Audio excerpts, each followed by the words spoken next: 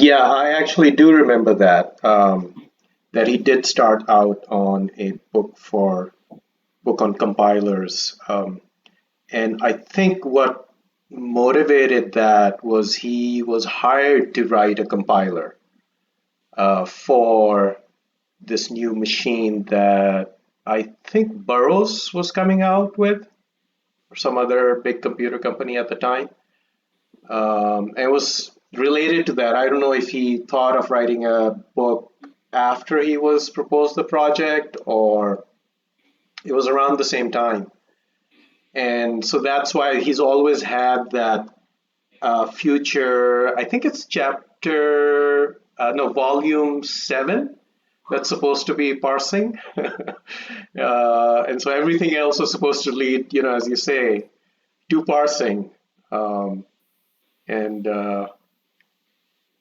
my impression is that he has the material for that. From some places that I've read, him comment on that, or that he has the material. It just needs to be put together, in a format that can be published. So, not sure when he'll get the chance to do that.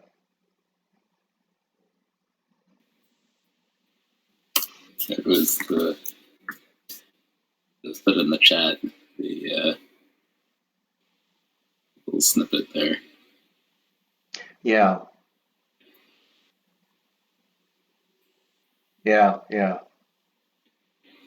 Right, compilers.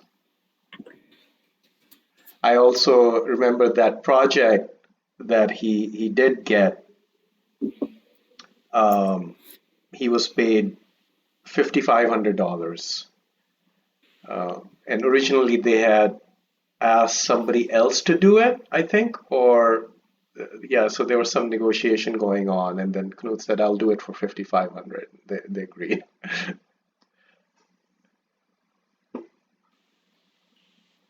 Which is probably quite a bit of money these days for a book.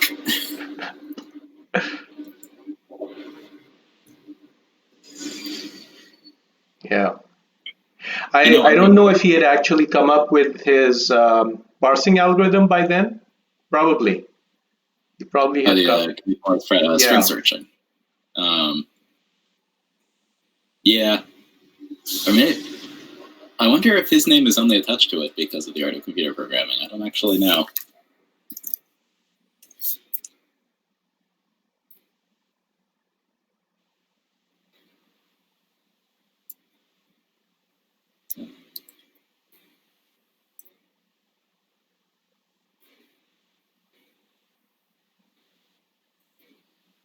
The Wikipedia article on it doesn't really have much on the history.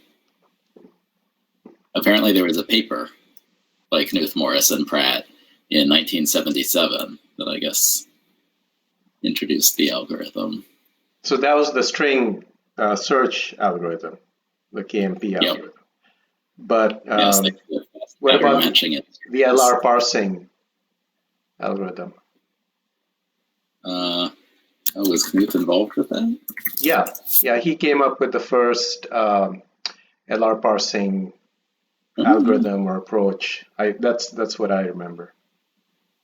Wikipedia agrees with you. I didn't know that. Again, it seems less interested in the history. Okay. But Knuth wrote a paper in 1965. Okay. On the translation of languages from left to right. Okay. Hi, Miguel. Hello. Happy New Year. Happy New Year. So Arthur was just telling us about some recent interview that's appeared with Knuth, the transcript of that, and we were sort of just going over his motivation to write TAOCP in the first place.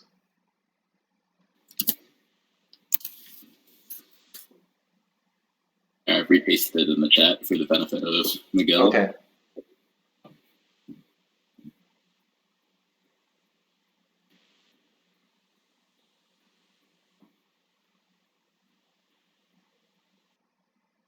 Yeah, that would be amazing if he can publish the volume on parsing and compilers. That would be like 50 years in the making.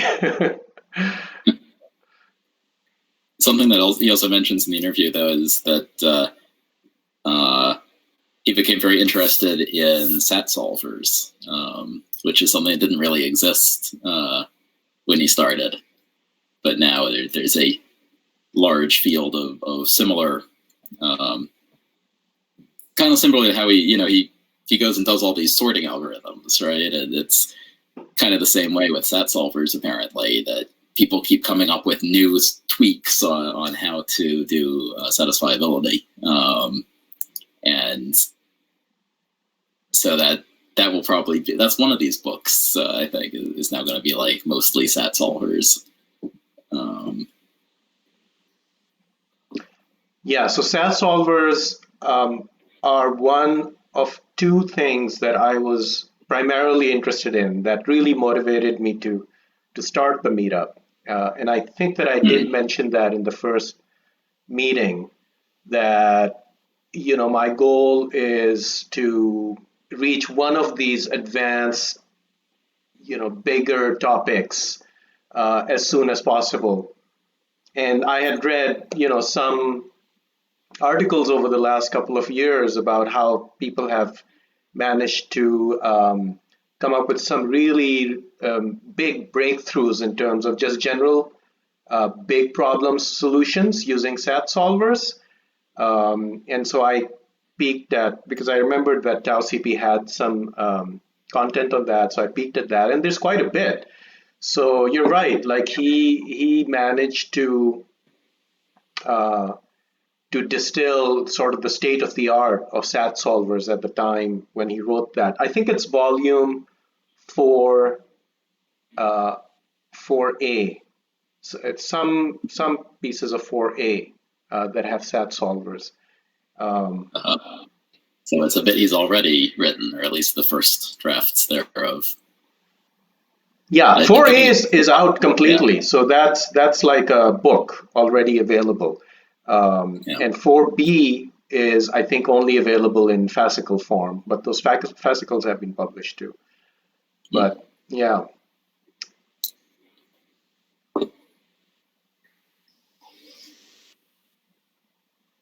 Okay, so as far as I know, James had RSVP'd, but we'll just go ahead and start. If he joins, that'll be great.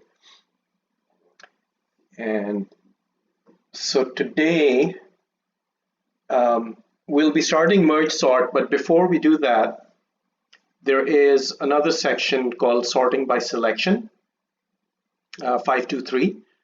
And it's a pretty big section. But the first algorithm is relatively straightforward, this algorithm X, which is basic selection sort. And the rest of the section actually has some material related to trees, or at least is explained in terms of trees. So there's heap sort. I think there's some references to priority queues, and there's some theoretical stuff on trees. So I thought that's probably better if we revisit or come back to after we've done trees. So 523 will be a pretty quick section, short section, and then we'll go to 524, which is entirely on merging and merge sort and variations of merge sort. The very interesting section from what I've read so far. And then hopefully we'll have time for some exercises, and in the demo portion in the debugger, I'll go through the short straight selection sort MMIX code. So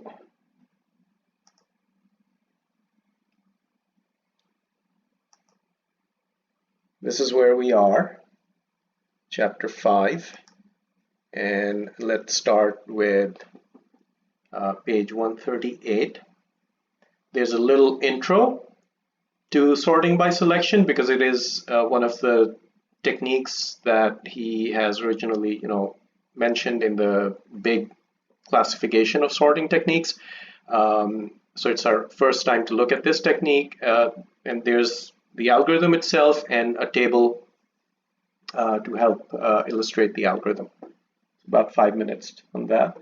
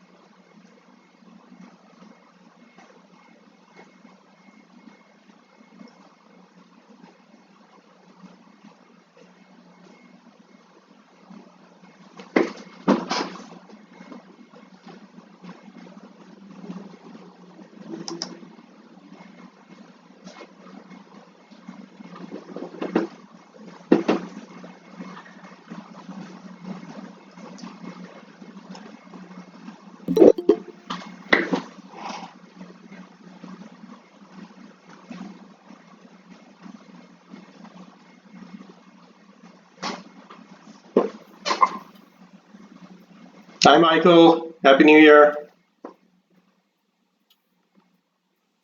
Hi, Michael. Happy New Year. Hello. We're in the middle of reading. You have a couple of minutes. Yeah. Algorithm S.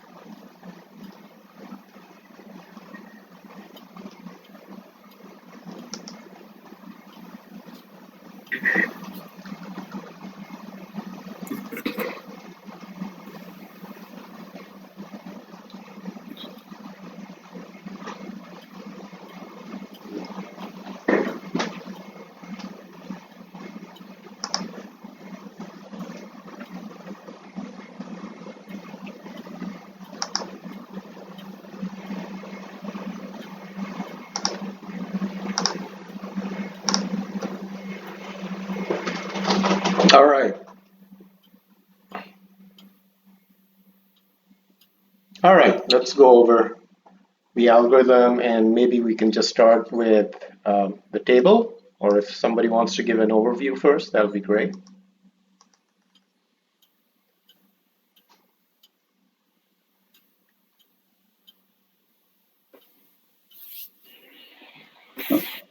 I guess I can give it a shot. Okay. So selection sort is superficially similar to insertion sort, but backwards. Right? That in insertion sort, we were keeping the bridge player algorithm, right? We have a set of sorted cards, and then we're taking the next card and putting it in its proper place over and over. Whereas in selection sort, we're looking at the unsorted cards, picking the maximum of them or the minimum, pick the minimum of them, and bringing that over into our sorted card, and repeatedly taking out the minimum and putting it as the next card. So in the insertion sort, we have no choices to make about which card we're going to take next. We choose where to put it. In selection sort, we select which card we're going to take next, but we always put it just as the next output.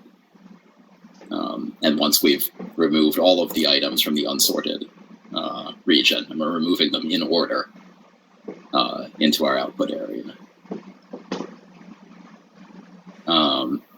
With algorithm S, he's actually refined that a little bit, so that instead of having separate input area and output area, our output area is just the prefix of our input area. And to put something into the output area, we just swap, interchange records, Ri and Rj in step S3 of the algorithm.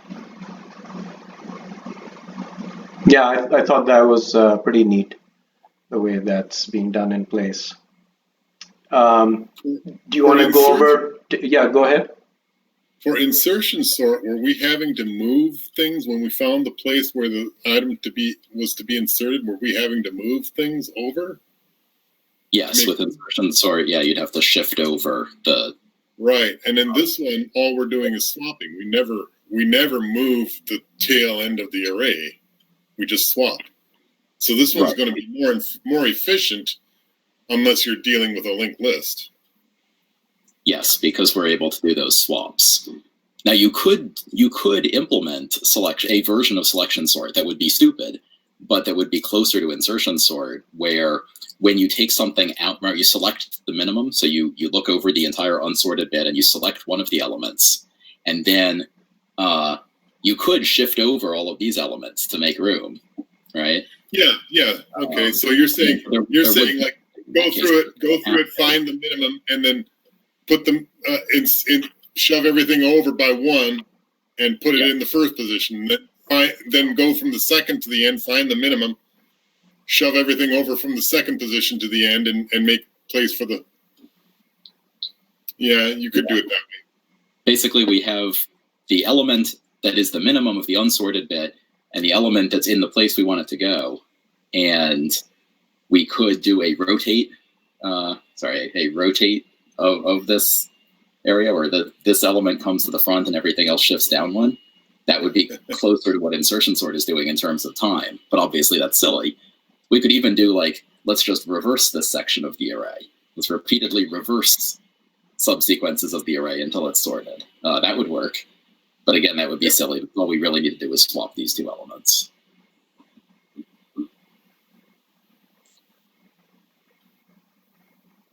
Shall we go over table 1? Just like a couple of lines of that.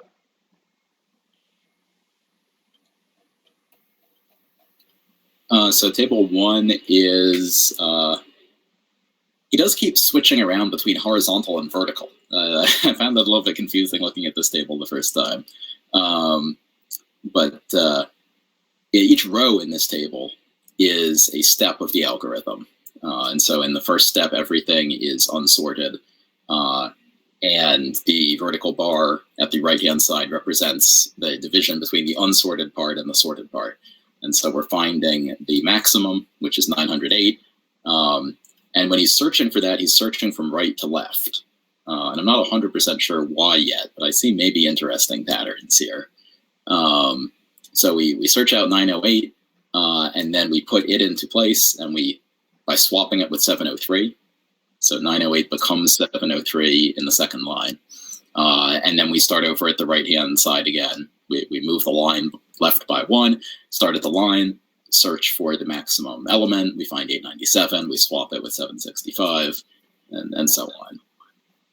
Yeah, that's great. And I should just point out that the boldface entries are the candidate maximum value. So you always start out with the current key or wherever the cursor is as the maximum, and then you try to find the actual maximum and swap if needed.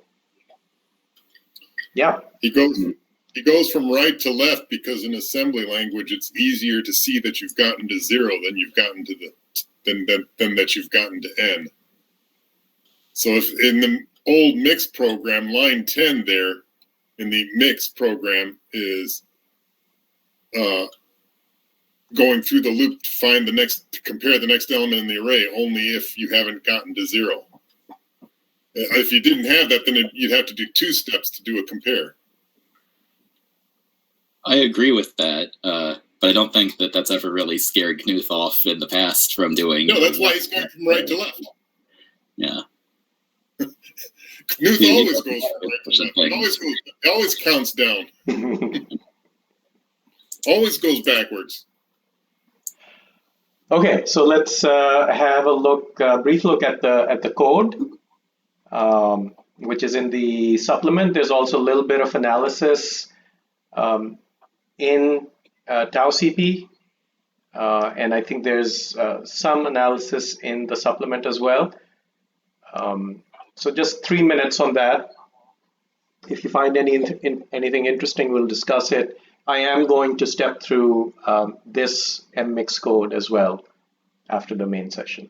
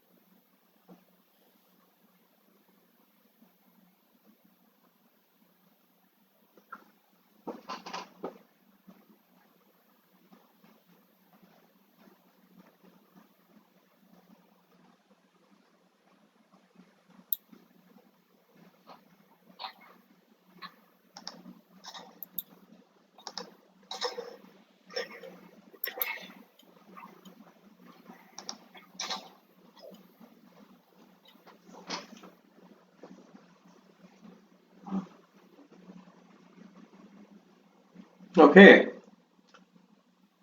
Anything to discuss? The running time analysis or the MMIX code?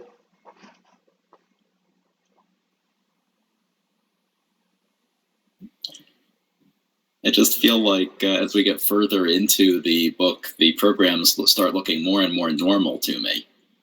There's no weird passing things around in global variables anymore, or worrying about where the key is stored in these records. This is just sort of an array of ints and it's zero indexed. Okay, really, it's sort of an array of longs, but all the weird stuff from the very early chapters has disappeared, and I like that. Okay. What about the comment in the supplement? Maybe it's in the main TAOCP as well, that its selection sort is noticeably slower than straight insertion.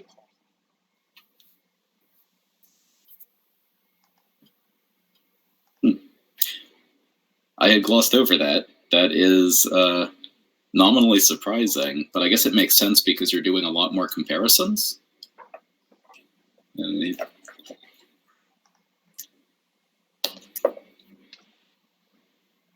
Yeah, I guess we would have to compare the formulas to really see where the slower term, maybe he has an explanation here in TAOCP. The other thing he does compare it to is bubble sort. Well, that's kind of like beating up on bubble sort, but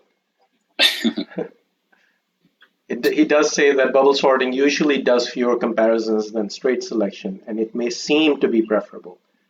But in fact, bubble sort is more than twice as slow as program is, handicapped by the fact that it does so many exchanges.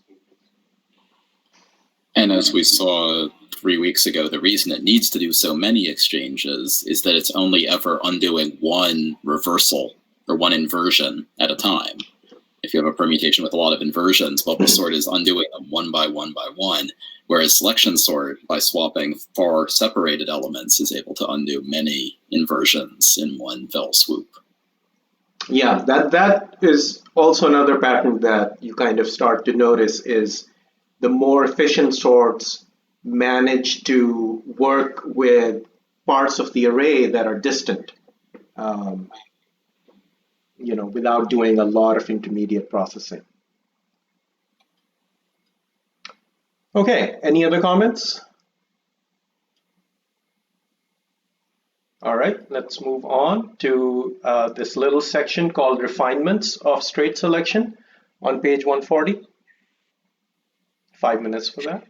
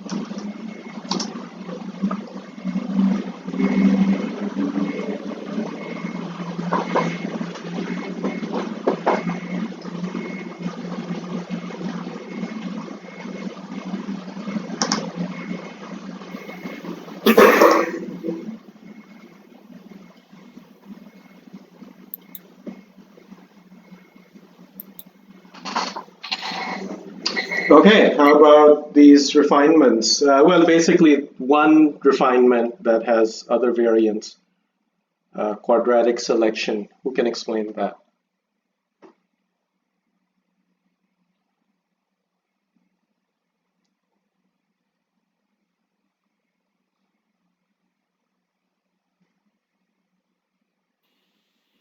Well, I'll give it a stab again.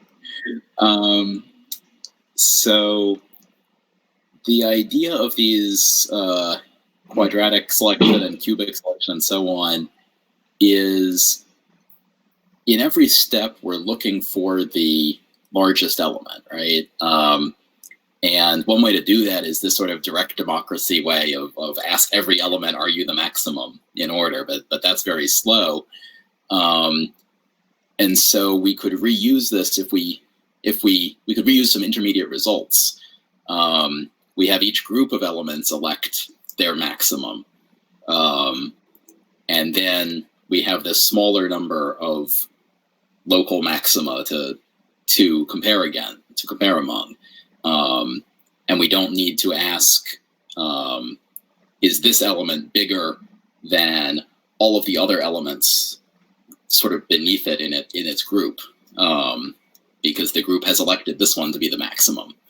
And it's only once we actually kill off one of those representatives by putting it into the output that then we need to elect a new one for that group. But the representatives of all the other groups remain the same because they haven't died off yet. So this allows us to do, I think, quadratically fewer comparisons, basically, instead of doing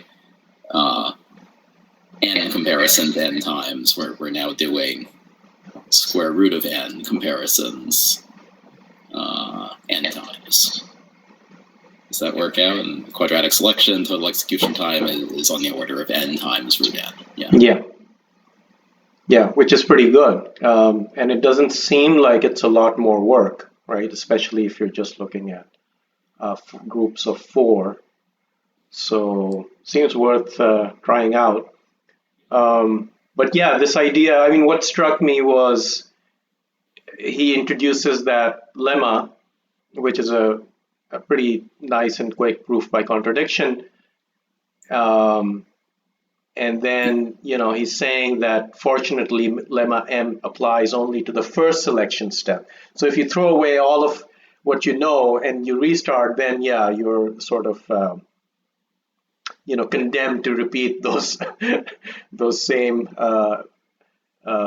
the same amount of work again and again. But if you can reuse that stuff, then it doesn't apply anymore, which is a very nice idea. And I seem to remember, it's been a long time since I looked at the Knuth-Morris-Pratt algorithm and the similar algorithms called Boyer-Moore algorithms for string searching. But again, I seem to remember that the idea was very similar, that you do a bit of work searching for some substring, and instead of throwing it all away and restarting it, you sort of use that information that you've obtained up to that point to restart your search. But yeah, so the rest of the section, as I mentioned, does rely on at least the concepts of trees, and there's some portion, I think, that also relies on the tree data structures, and I felt that would be better left until after we've studied trees back in volume 1. So we will definitely come back over here, and there's a few other related sections in sorting that we'll finish off in our second visit. But for now, I think that we'll move on to the next section, which is Mergesort. So unless somebody has some more comments on what we just read, we'll start reading Mergesort. Go ahead. I don't object to moving on, but I do think that I liked, again, this segue. I think there was one other segue a few weeks ago that I liked, where he made a connection between sort of if you do this and then take it a bit further, you get to this other thing. And he's doing the same thing here with selection sort, that We have the direct democracy version of select some sort, and then we have the elected representative version. And then we take that to multiple levels, and we end up with this n log n version that ends up turning into heap sort. So the punchline of this whole section is heap sort, which I thought was pretty neat. Yeah, are you thinking of shell sort, how insertion sort led to shell sort, maybe?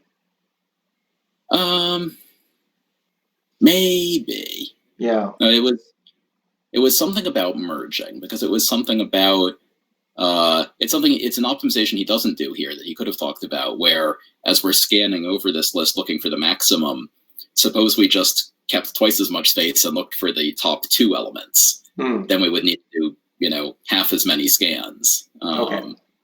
It was something like that, but for in a different section. Yeah, I've again, this is the first time I'm reading TAOCP in such a sort of disciplined and structured manner, and really growing to appreciate just how he develops the material. One of the things that I would say in terms of how I've come to see TAOCP compared to other algorithms texts that I've looked at in the past or used in the past is that Knuth seems to start where regular algorithm texts end. Like his first introduction introduces certain optimizations that, like other algorithm texts don't really introduce the algorithms with. They'll have much more simplified and sort of student-oriented algorithms, whereas Knuth will start with a relatively more advanced version, but then he'll say, oh, you could do this, and people have suggested this, and there's a lot of material to really understand and learn from there. Okay, so sorting by merging, section 524. And again, there's a little introduction at the beginning, and then there's the algorithm M, which is just a merge algorithm. There's no sorting there. So page 158 and till the portion on 159 that I have the snippet for, so about 5 minutes on that.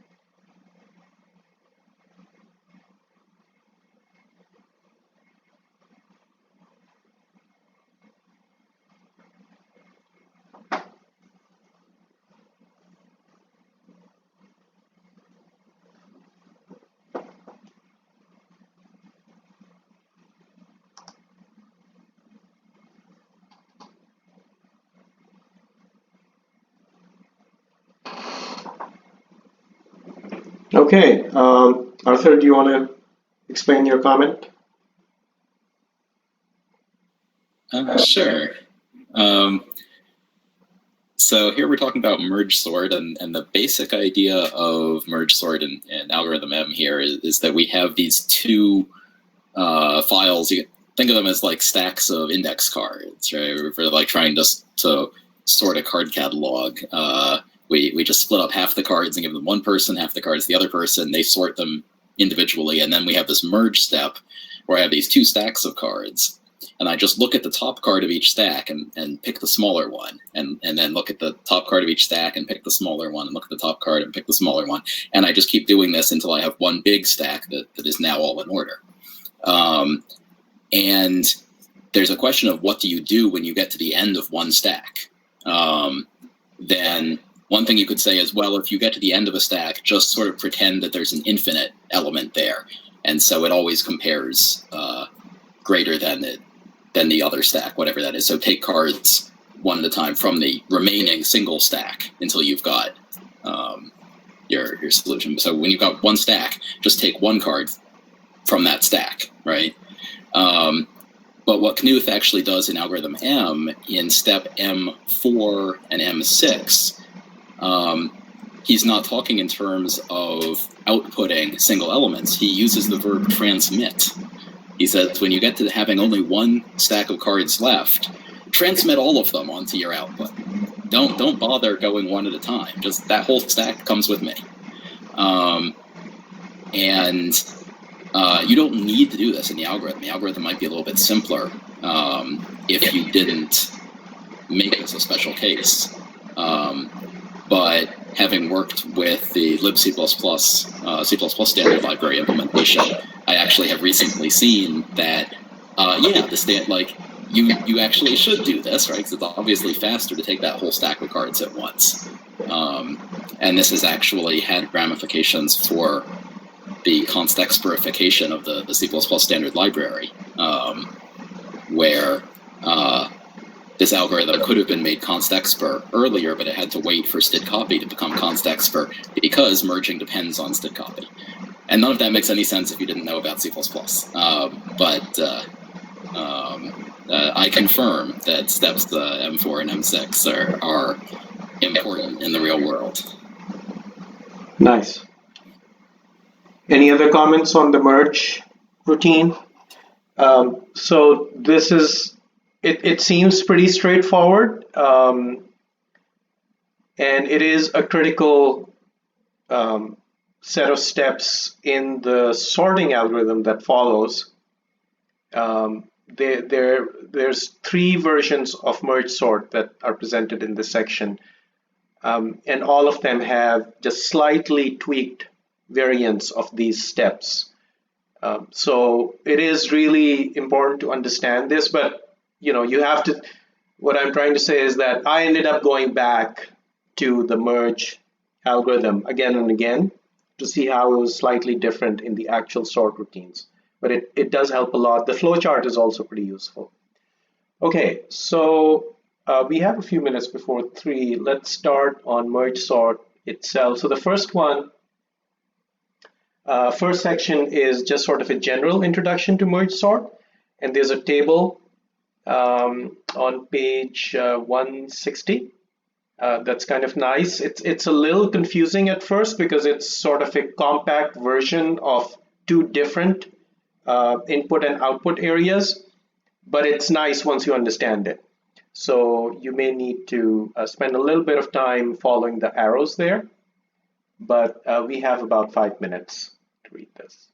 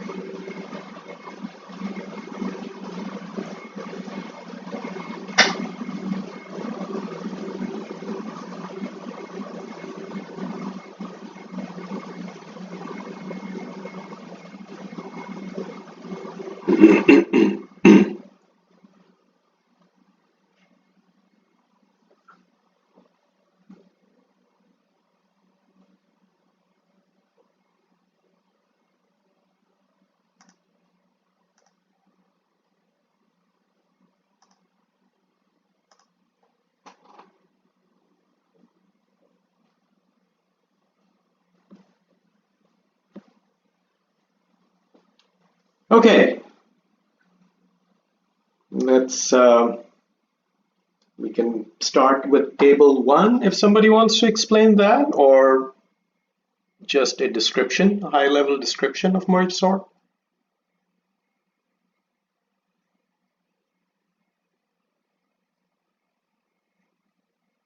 Let me take a stab at it. Great.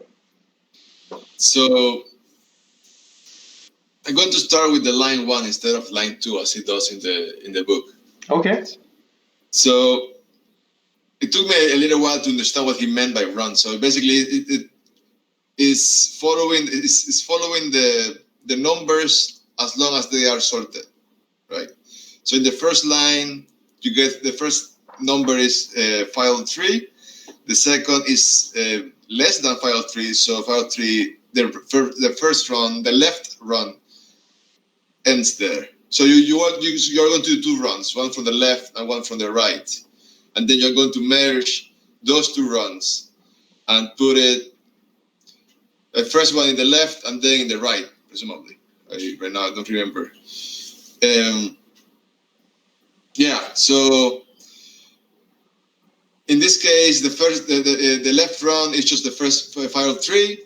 The right run is 703. Then you get to 765. Then 677 is less than 765, so it ends in 765. You merge those 2 and you put it to the left.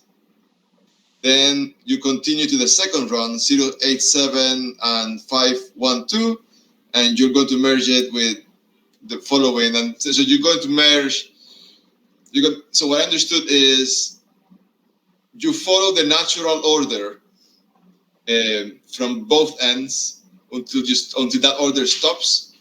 I mean, they are already sorted. You merge them, and the resulting merge at the first time you put it to the left, then to the right, and you alternate. I think you do that, and at the end you get the sorted list.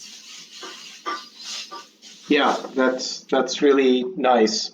Anyone else wants to comment?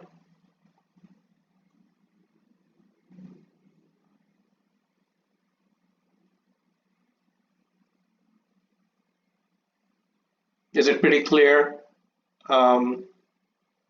Like, any questions? Miguel, you had one question about something. I forget. You were wondering like what? I answered myself when I was doing the explanation. I just alternate left and right, and then start again over and over to everything sorted. The output does not alternate left and right. It's dictated by what the top numbers, how the top numbers on the 2 subfiles compare. So there you go. Yeah, so on the first time, the 503 is compared to the 703, and the 503 is less, so everything goes to the left. And the second time, you're comparing 087 to 677. 087 is 087. Wait, not 087. Sorry. So there is an alternation of left and right, but it's not when you're merging the 2 sequences. You're not picking one from column A, one from column B, one from column A, one from column B, right? You're doing what Michael said in that case.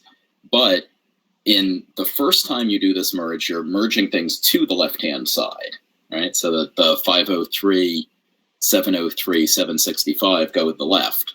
And then we've finished merging those 2 short runs. Now we're going to merge 087, 512 with 677, and the output of that is going to go on the right.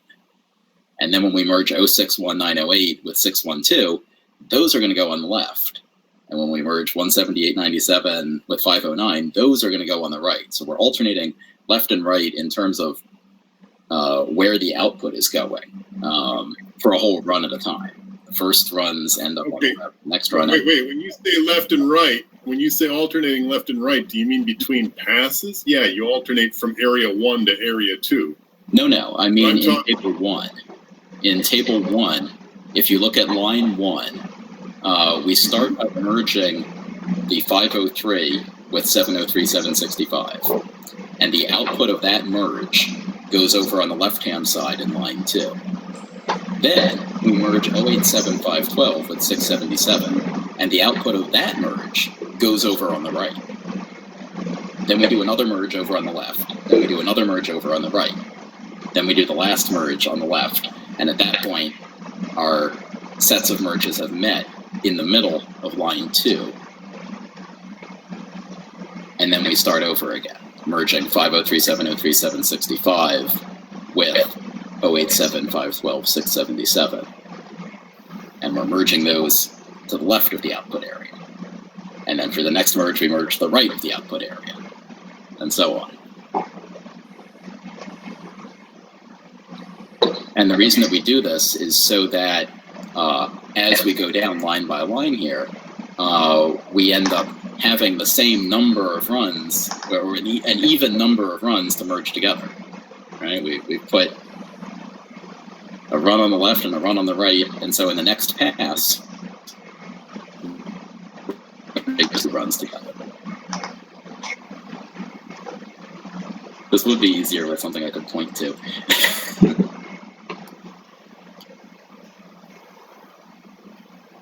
Okay, let's take a break. And when we come back, we can start with the actual algorithm N. So see you at about 3:18. Enjoy.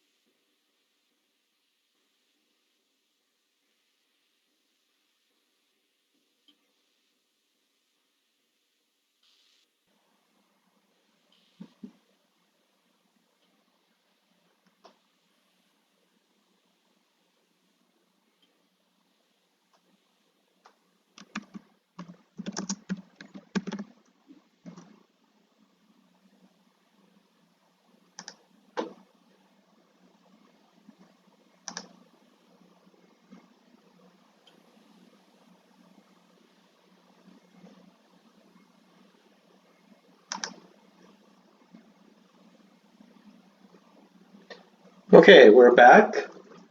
So whenever you get back, we are now reading algorithm N, page 160 through 161. There is a nice flowchart on page 161. That's figure 30. And let's read till 326.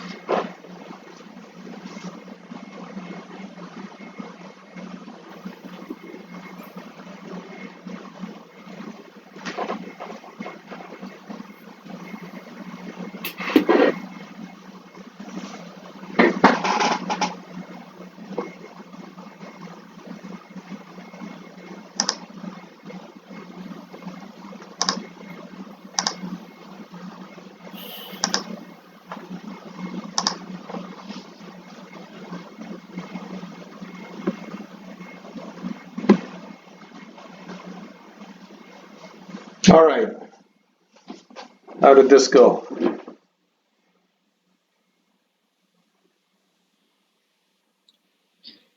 An initially very confusing flowchart, but yeah, it breaks down pretty much like the algorithm.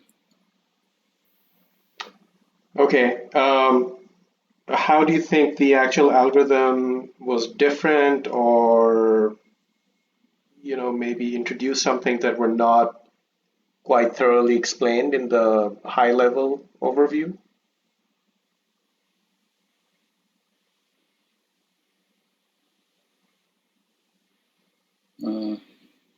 Was that an open-ended question? Well, I'd like somebody to explain what were sort of the algorithmic steps that were glossed over in the initial description.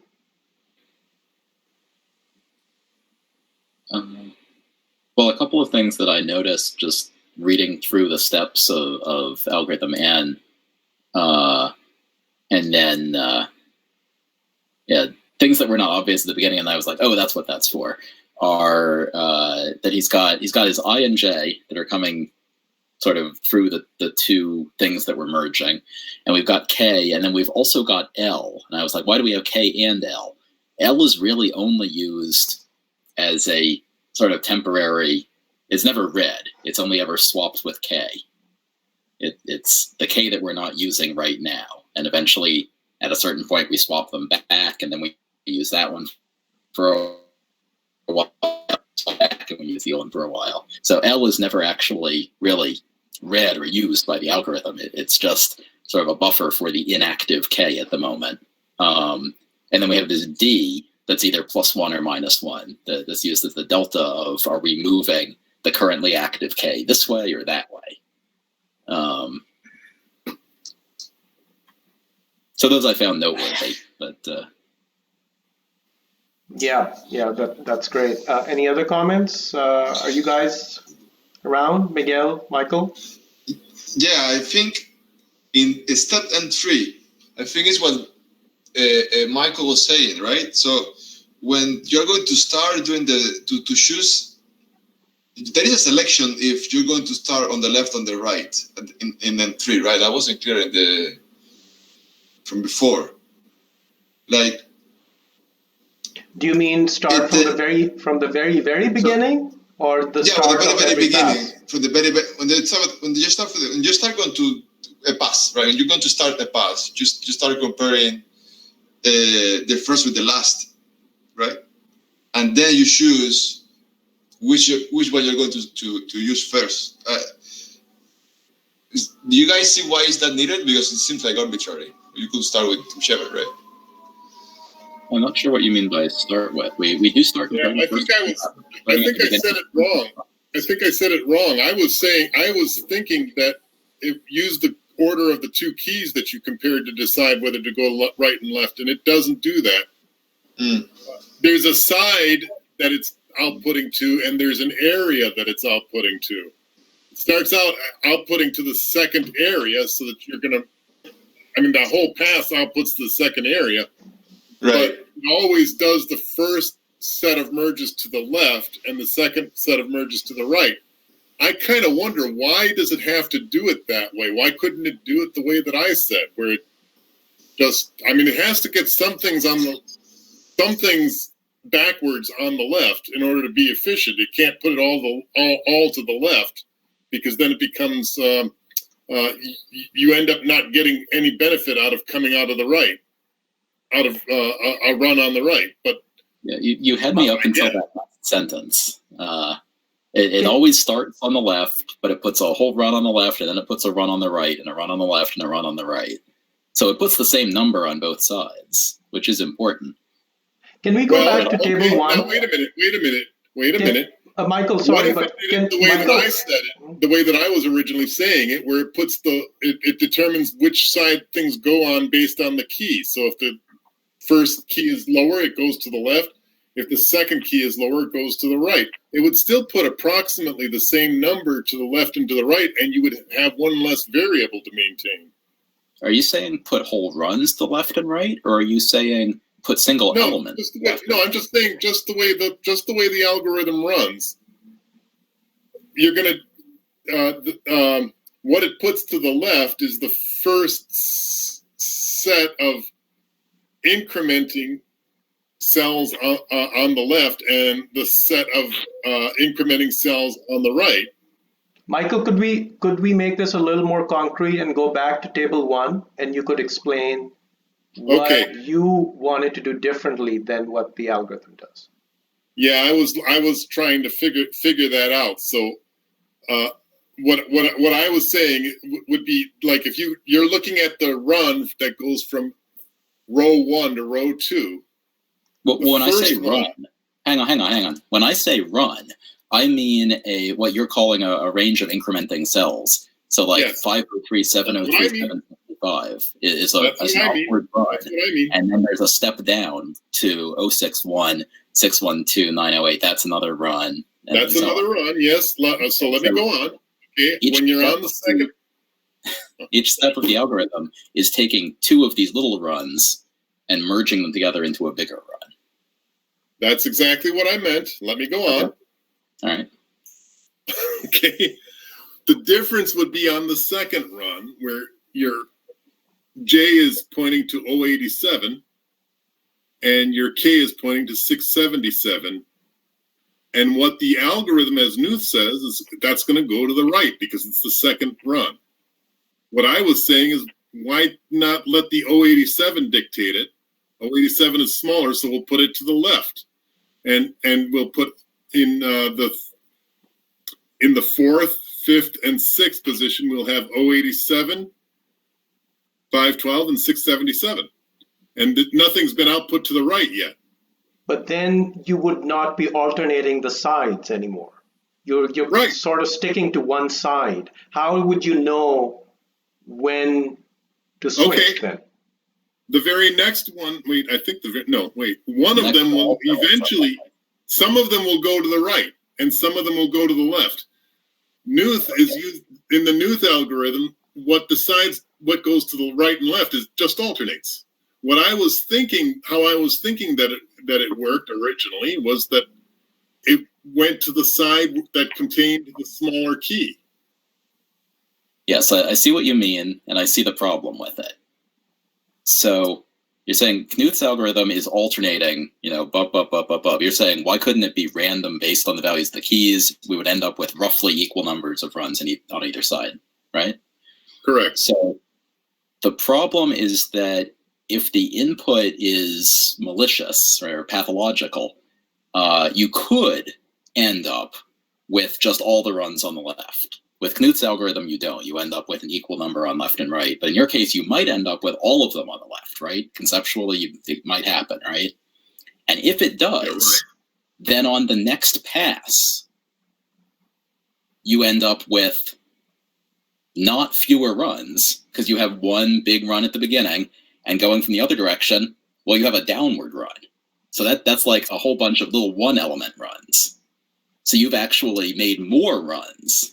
And your second pass now has more work to do than the first pass. Well, I don't think you've made more.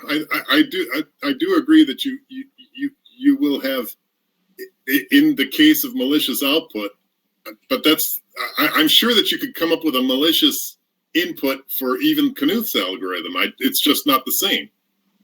Yeah. So consider this that I just put in the chat. We have these 8 elements, and the question is how many runs are here? If this is an output where you're saying I output a run to the left and I output another run to the left, then there are 2 runs here, right? 1, 2, 3, 4, and then again 2, 4, 6, 8. But if we're using this as input to one of the passes of this algorithm, and we're saying how many runs are we going to hit, we're going to merge 1, 2, 3, 4 with an upward run starting at just 8. And then the next pass is so we get 1, 2, 3, 4, 8.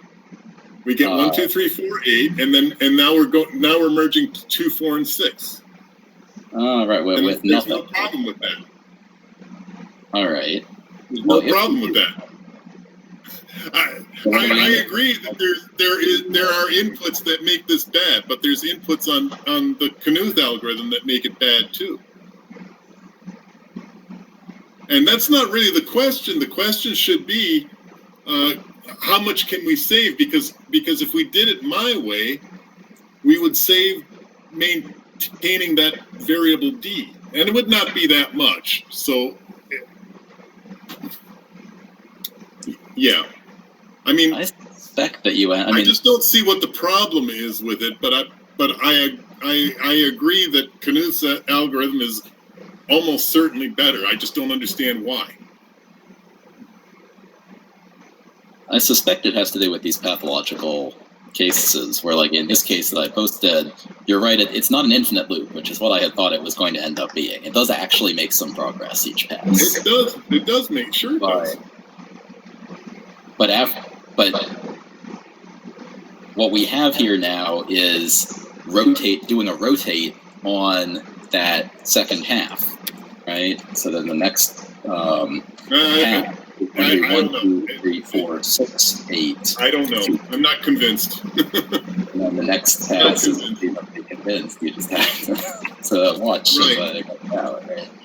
And then finally we merge those, and we get 1, 2, 2, 3, 4, 4, 6, 8. And so each of those last passes is very inefficient. Right?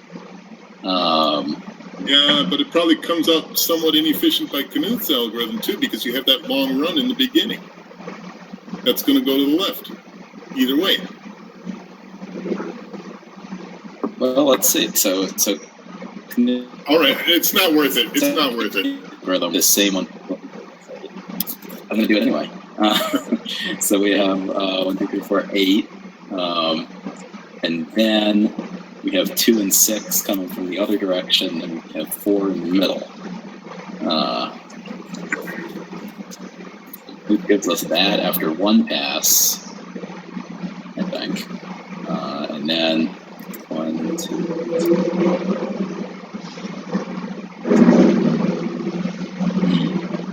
4 after 2 passes, and then 1, 2, 2, 3, 4, 4, 6, 8 after 2 passes. So starting from that same 1, 2, 3, 4, 2, 4, 6, 8 input, by your method, this is pathologically designed to be bad for your method, right? So this is not like a super crushing blow, but on this pathological input, we get 1, 2, 3, 4 passes in your case, and 3 passes in Knuth's case. So, anyway. Okay, so good questions to ask. Let's look at yeah, go ahead, Michael. I don't think it's 4 passes. Okay. I think it's only 3 passes in my case. The way I only get 3. But it doesn't matter. It doesn't matter. I'm sure he's right. All right, let's look. There's a little bit of analysis on pages 161 and 162, and there's a corresponding version in the supplement as well on page 89. We'll just spend a quick 3 minutes on this.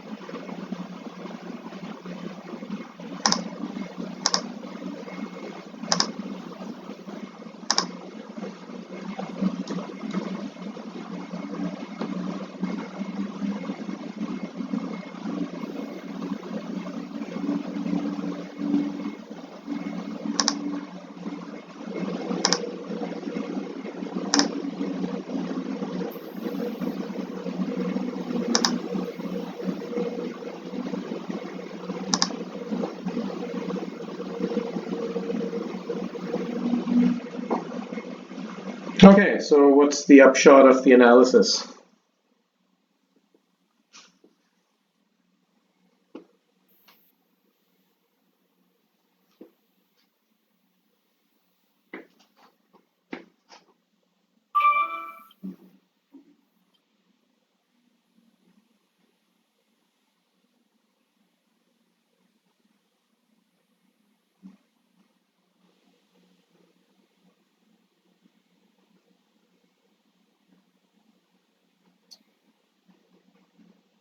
Well, I guess I would say it's n log n, and he works out the constants for MMIX, and says that basically it's unlikely to be faster than Quicksort. At least that's what the main text says.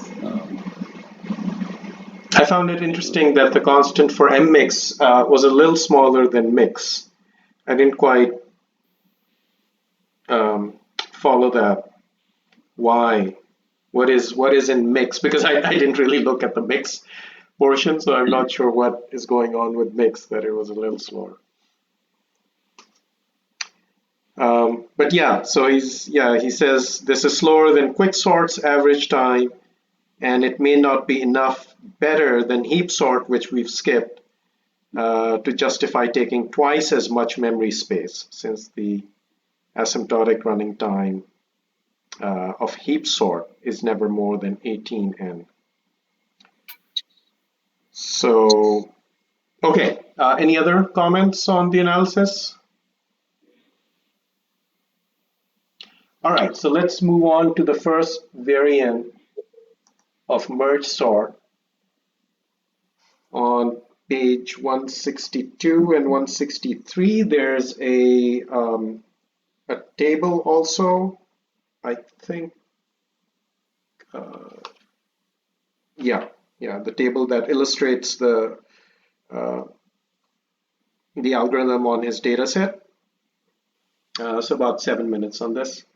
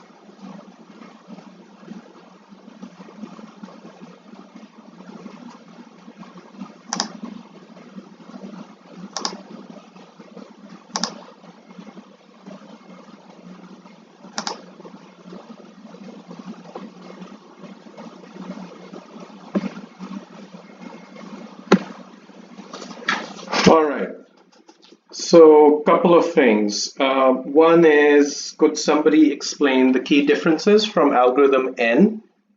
So that would be one thing, and the other thing would be table 2. If somebody could describe what's happening in table 2.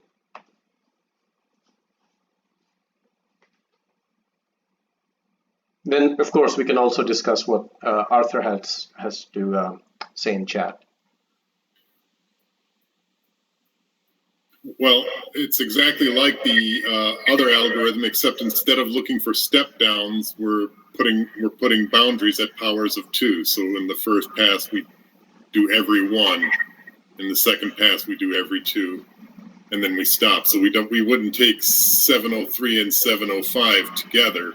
We just take the 703 and the 503, and once we've output those 2, we're done with the first pass, and then on the second pass we do it by 2s, and then on the third pass we do it by 4s. That's the only difference, really. Do you agree with the benefit that he's mentioned? That or could you explain the benefit? Yeah, it's going to be. You don't have to keep looking for the end of the run. You'll already know where it is by a power of 2. So, but what was the real benefit that he said that he went down from 12 n log n to 11 n log n? Yeah, test for the step downs, because we don't have to compare. We don't have to compare every element with the next element going from left to right. We just have to compare that our index has reached a power of 2, which we could actually count that way instead of comparing each time. So it's going to be, in the end, it's still a compare, I guess, but it's a lot easier to do than comparing 2 keys. Exactly. There's no comparison of memory anymore. It's just some register value that you are decrementing till 0. There you go. That's the difference between counting and comparing to memory. Yeah.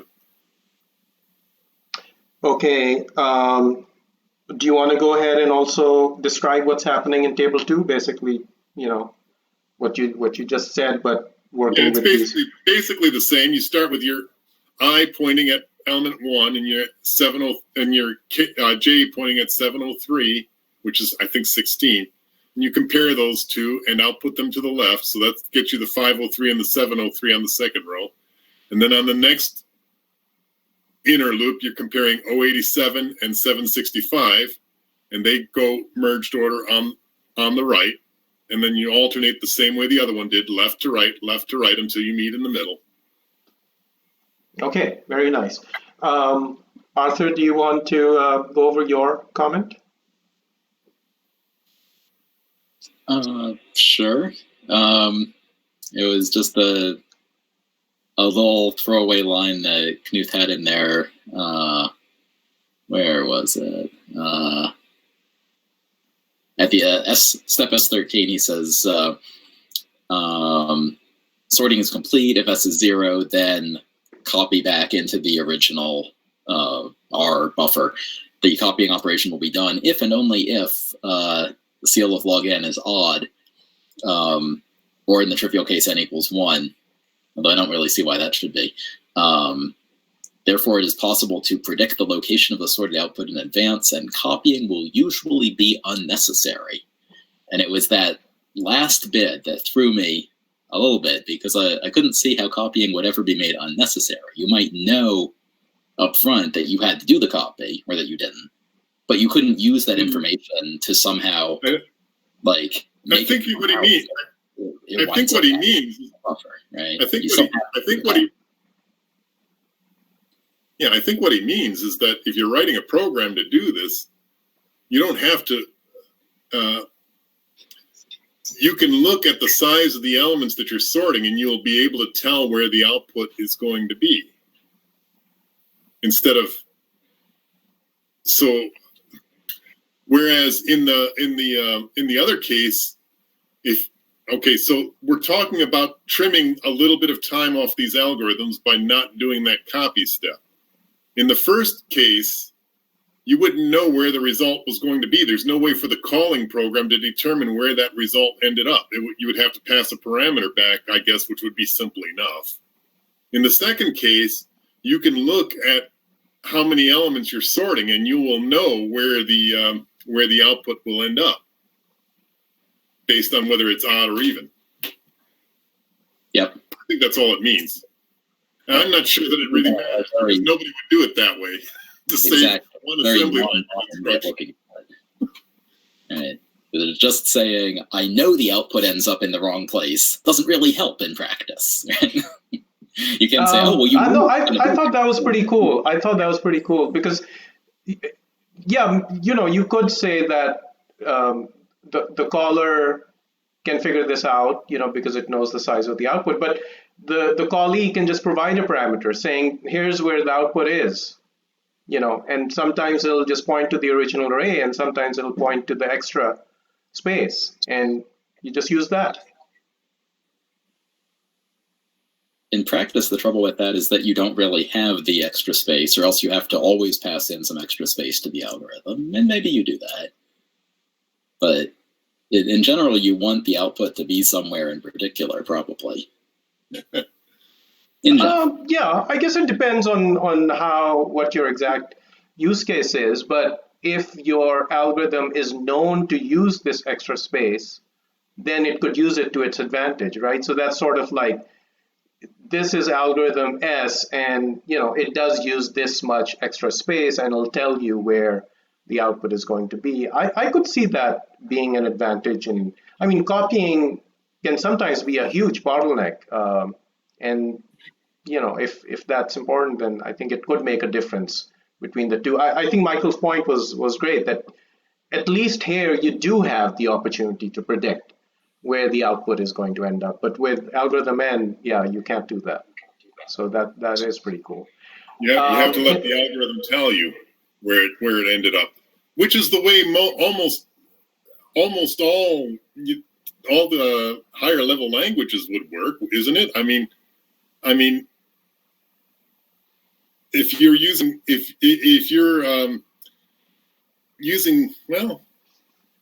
something like C, even, you don't know where those areas are. You use malloc to get a pointer to them, and then your routine probably returns a pointer to that area. I don't know. It's just different. It's just different. I mean, this is assembly language, and so it's. Okay. Any other comments or questions about the differences or this specific algorithm?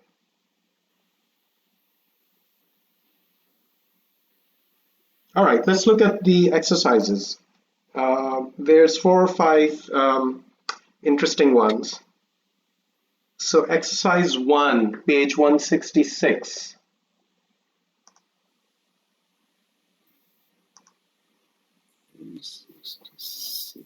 How would we generalize just a simple merge algorithm to a k-way merge instead of a 2-way merge?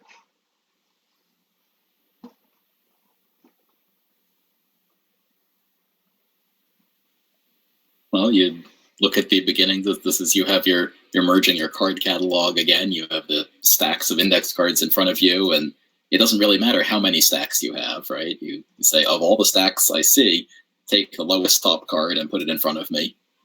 Take the lowest top card and put it in front of me, and just keep repeating that until they're all in order.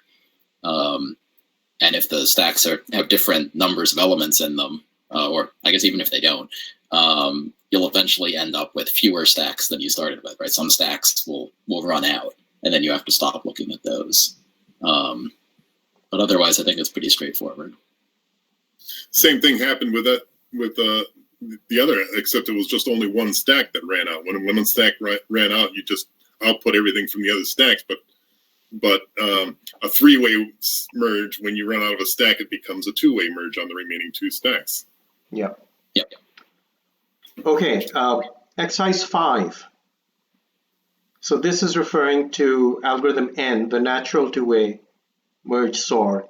And he's asking, prove that I can never be equal to J in steps N6 or N10. Therefore, it is unnecessary to test for a possible jump to N13 in those steps.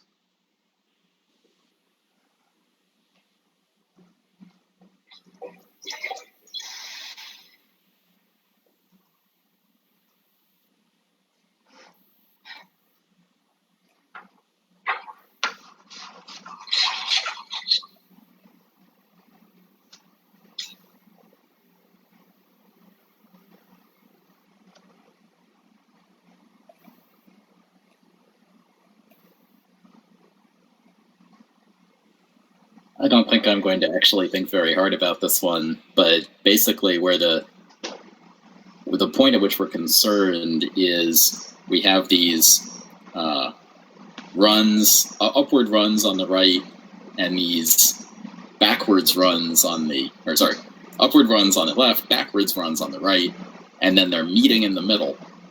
And he's saying, is it possible that we basically overrun the place where they meet? How is it that the two ends of runs always coincide in some perfect way? And I think it's because you're once you get to the end of the last run on the left, you're also the next thing you see will be a downward run, which is the end of the run on the right. I'm not sure exactly how that relates to the precise. I think that makes sense to me. That in a sense, runs are not going to cross each other. You know, they're not going to overlap. And so if you have this pointer from the right and a pointer from the left, and they're all following, both of them are following runs, you know, it's not until you have gotten the step down from the left and then switched over to the step down from the right that the two pointers could ever meet. Right after you complete the run. It's not going to happen during the run.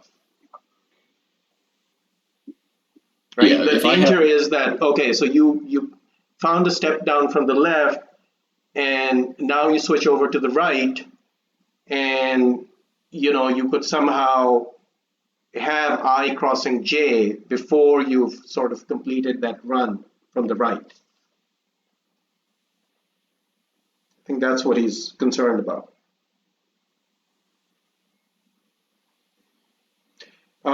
What about exercise 8, which is asking about algorithm S? The variables Q and R are supposed to represent the lengths of the unmerged elements in the runs currently being processed, and Q and R both start out equal to P, but the runs are not always this long. How can this possibly work?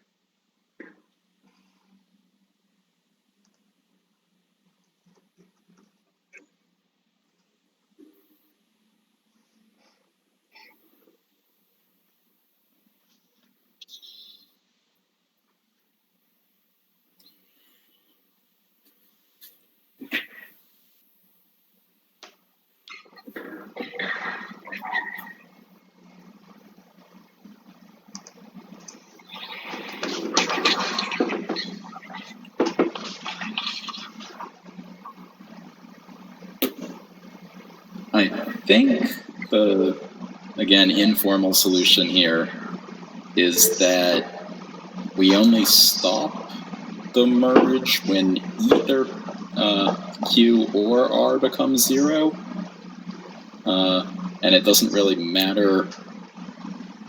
Well, that's the opposite of the answer. I don't think so. In the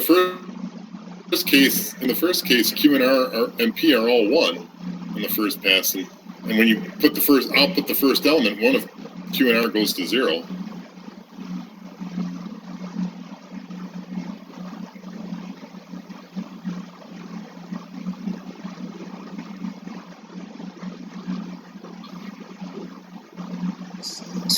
The case to think of would be when you have 3 elements and you're in the second pass.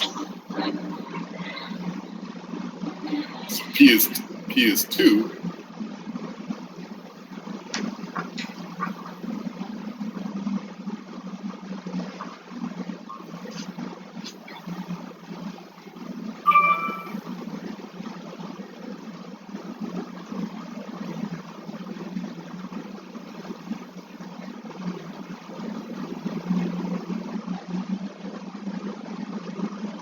I think that we're always merging runs of that power of 2 size, except right in the middle, because he's doing the thing where he's exactly today.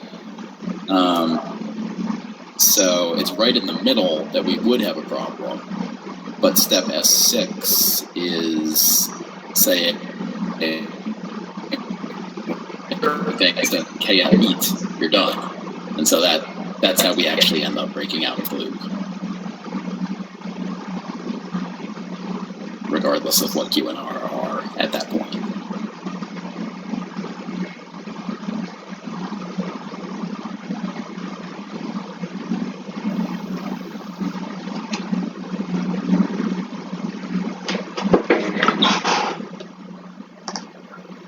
Okay, exercise 10. He's asking that algorithm S, you don't actually need an extra n locations for the merge. You can do it in 1.5, like half as many of the original size. So the total amount of space is just 3/2.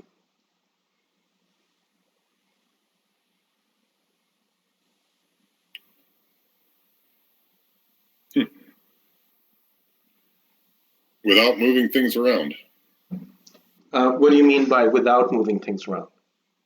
Well, so I think the algorithm is supposed to stay almost the same. So you again have these alternating areas, you have the alternating sides possibly, but you don't need half of that extra space.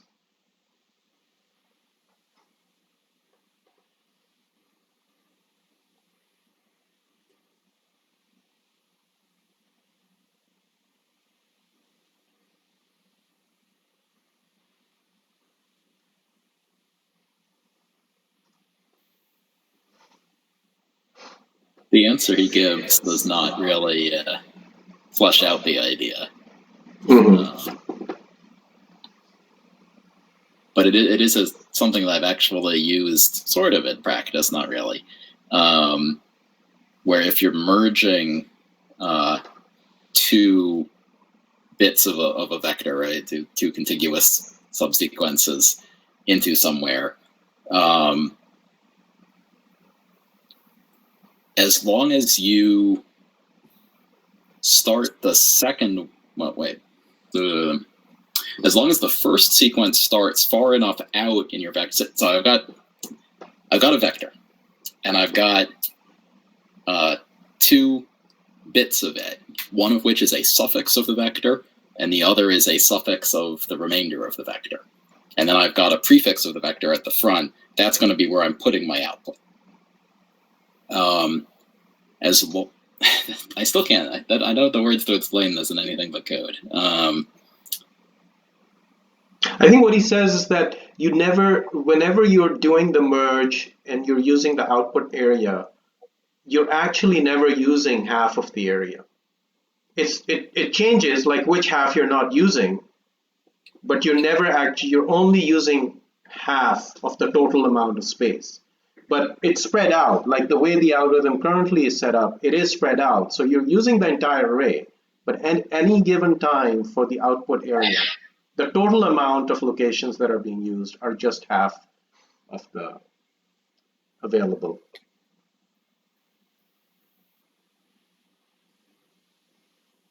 So with some kind of indexing change, you could compress that piece somehow.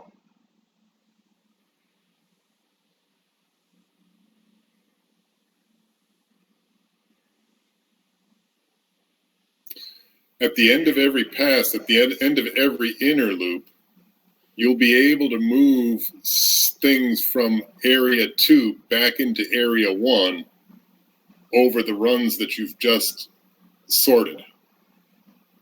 And that'll probably be about half of it. If you'd be more bookkeeping, but I think you could do it that way. So in other words, if you look back at that table, what page is that on? 163. 163. Yeah, no. Well, yeah, 163. Okay, but are we talking about?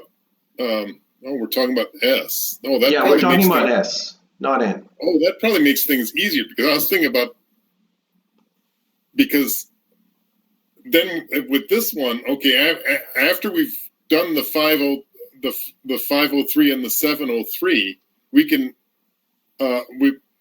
we'll be able to move them back, and they'll be in that order, 503 and 703, and we're comparing the next cell in, and we're only using 2 bytes in the spare table this time, and on the next pass we're going to be using the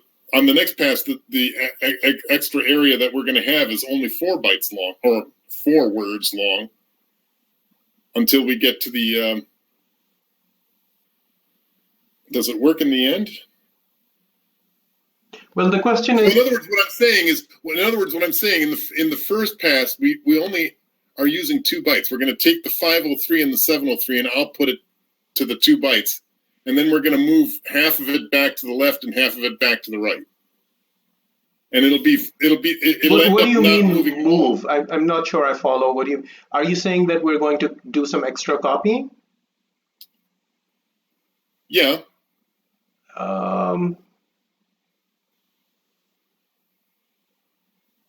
That would. Yeah, well, I'm just coming up with something. Right. Yeah, go ahead.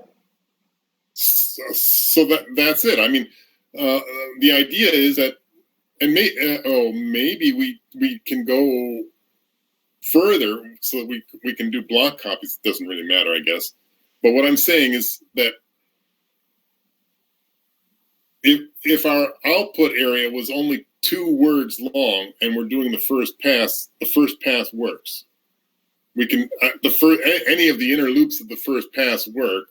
In this case, the output area would be 8 entries long because we've got 16 in the original array. Yeah, but I think on the first pass you only need to use 2 words of it because your runs are only 1 long. Yeah, but you're going to, like, the first pass is that entire array, until I and j cross. So. Right. So if you wanted to use the whole output array, I guess you would do the first half of it. So that would be 4 on each side, and now your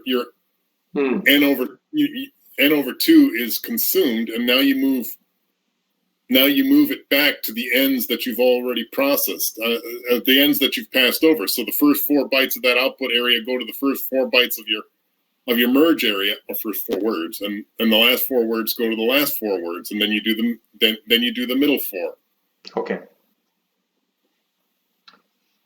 I think that'll work in the end. I don't know why it has to be. Well, yeah, okay, has to be.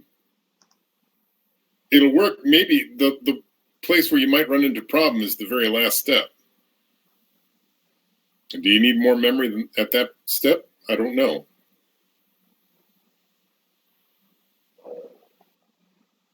Okay.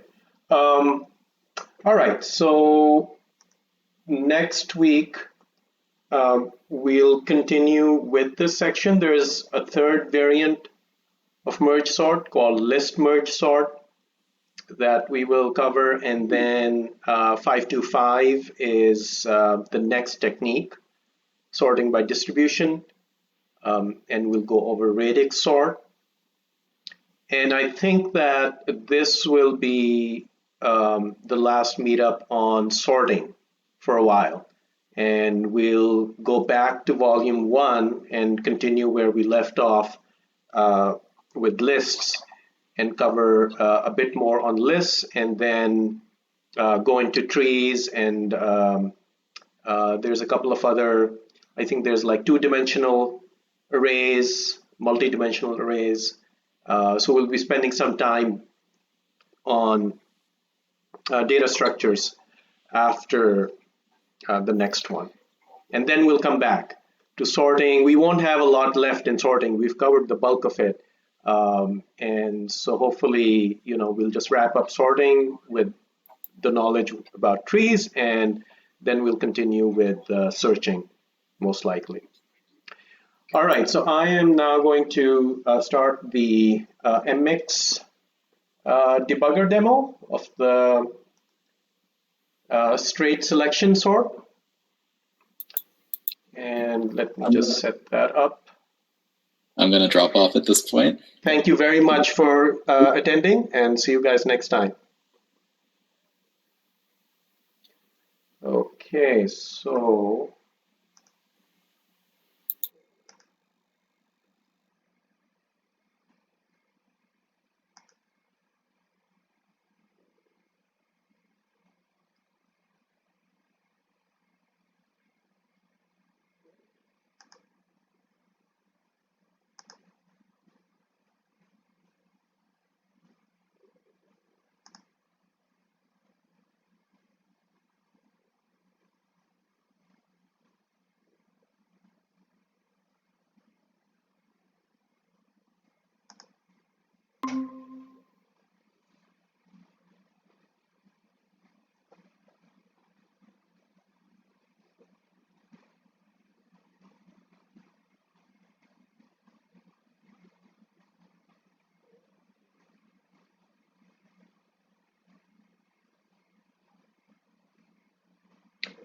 all right, so what we're going to do is a step through of algorithm S.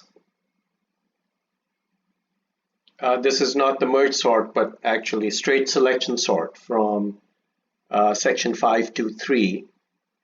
And let me write that up here.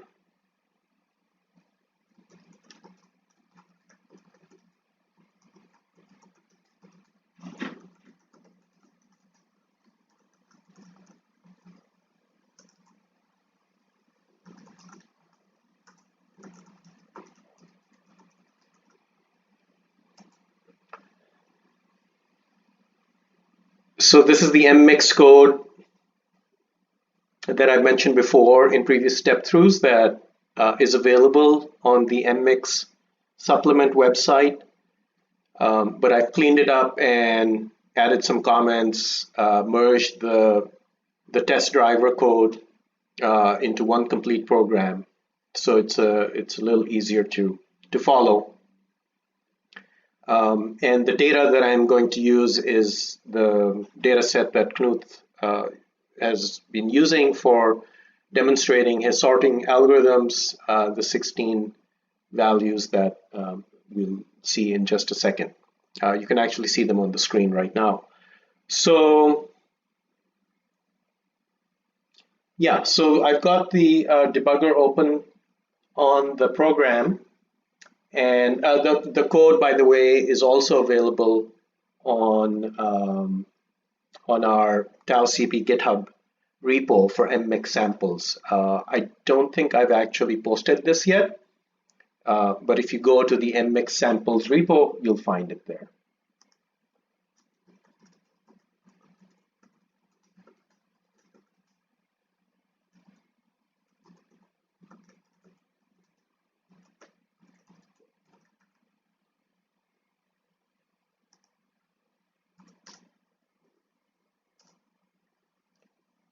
And let me tell you what that link is.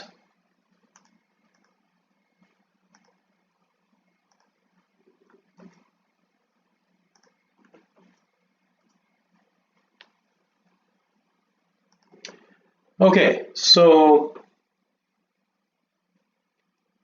went over the basic selection sort algorithm in the meetup, and this is the code. There's a little main program over here that basically just calls the sort routine on line 38.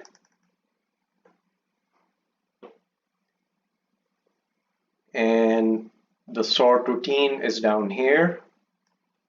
It's using this prefix, which is a namespacing feature of MMIX.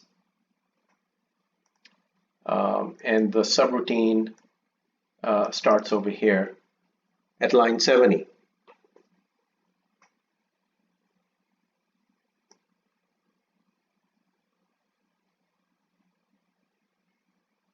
Okay, so, and here's the data that we're using. We're using these 16 values, the 16 keys. They're all in this array that is named data. And they're all octabytes, that is 8 bytes each. And here we've got a symbol that has the size. It's like a constant, 16.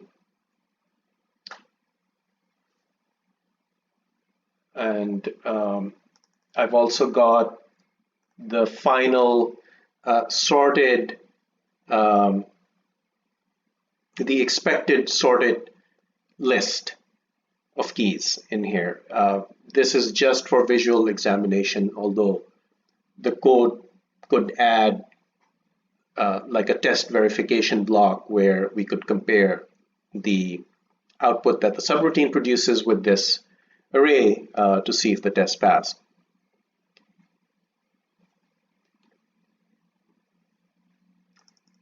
There are a few global register directives, the greg directive, which allocates a new global register.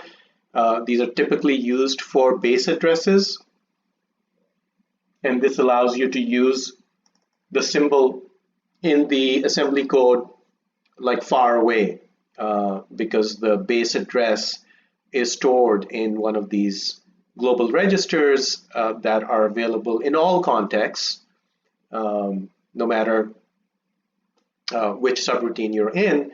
And so the assembler can generate, the code for accessing a particular entry using the base address of the array.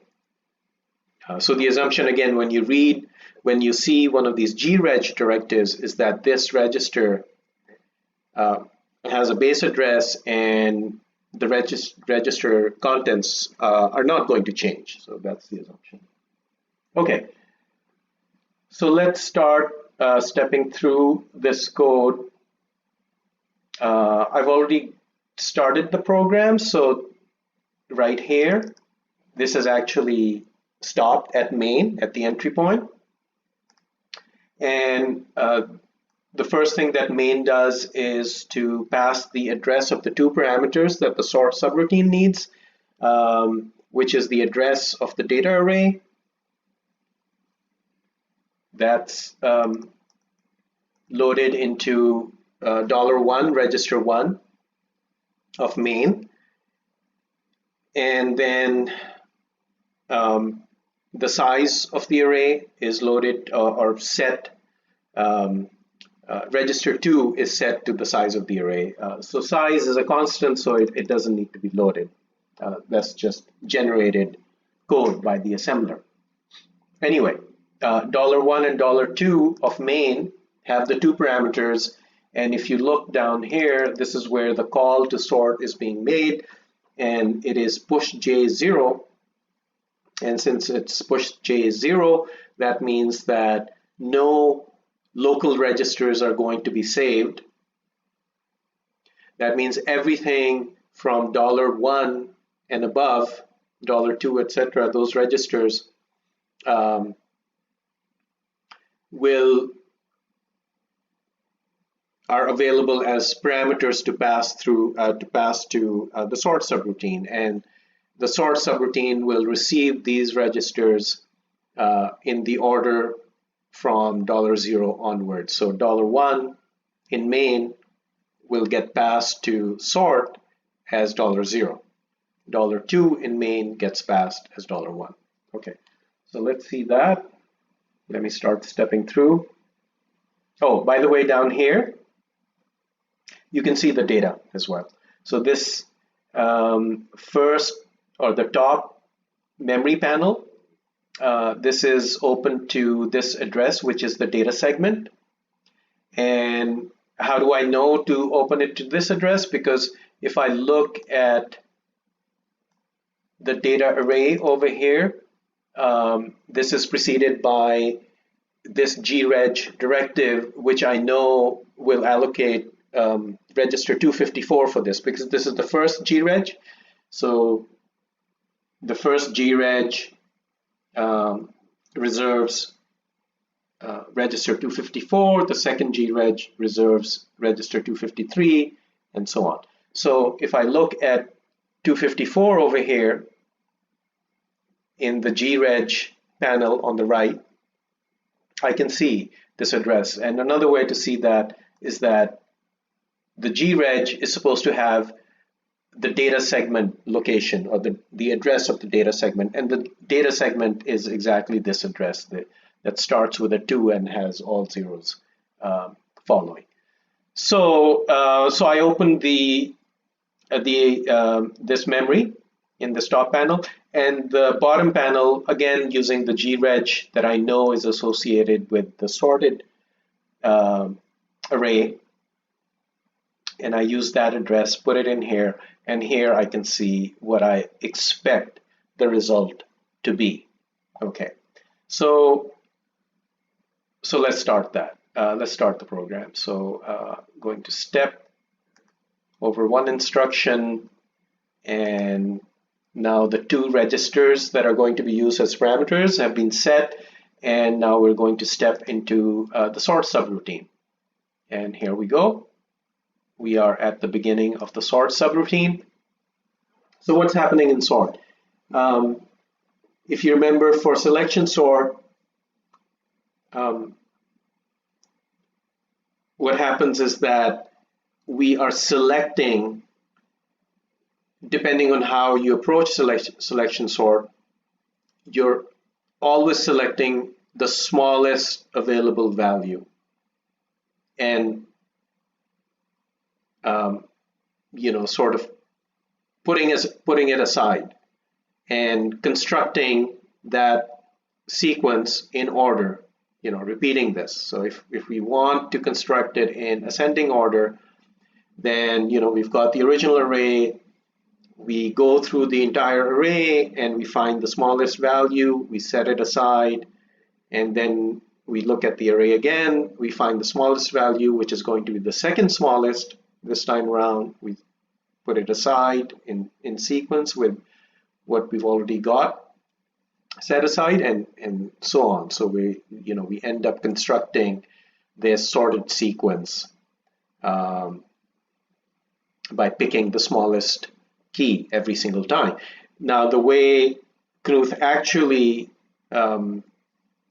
describes the algorithm and the way the code is written, we are selecting the biggest value. So we are selecting the maximum of the array every single time and setting it aside. So the sorted sequence is being constructed in reverse from the biggest to the smallest.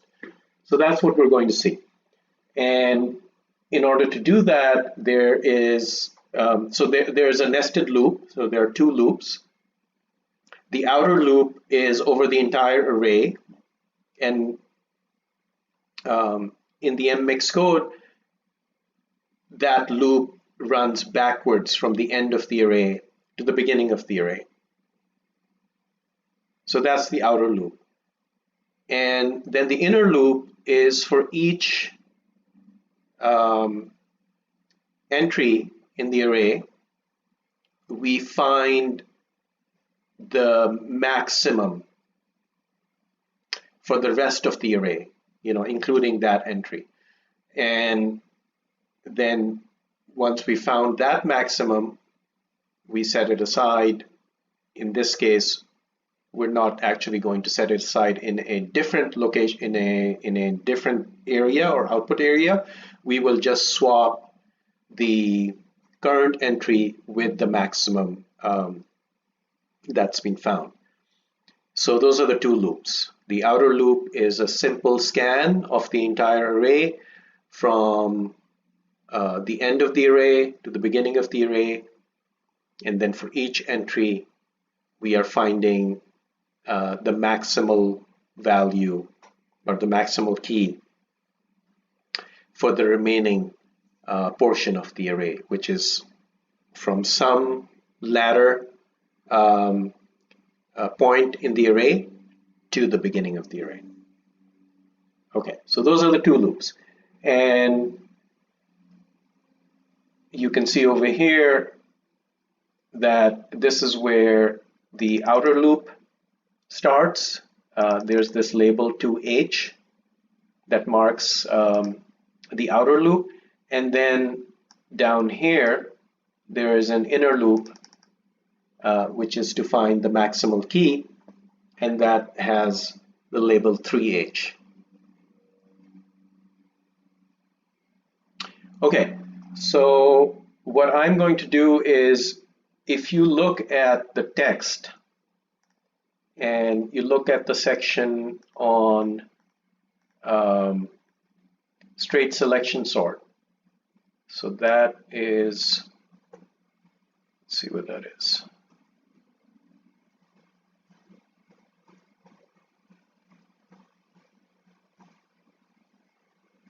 So that's on page 139. And the bottom of page 139, there's a table, table 1. So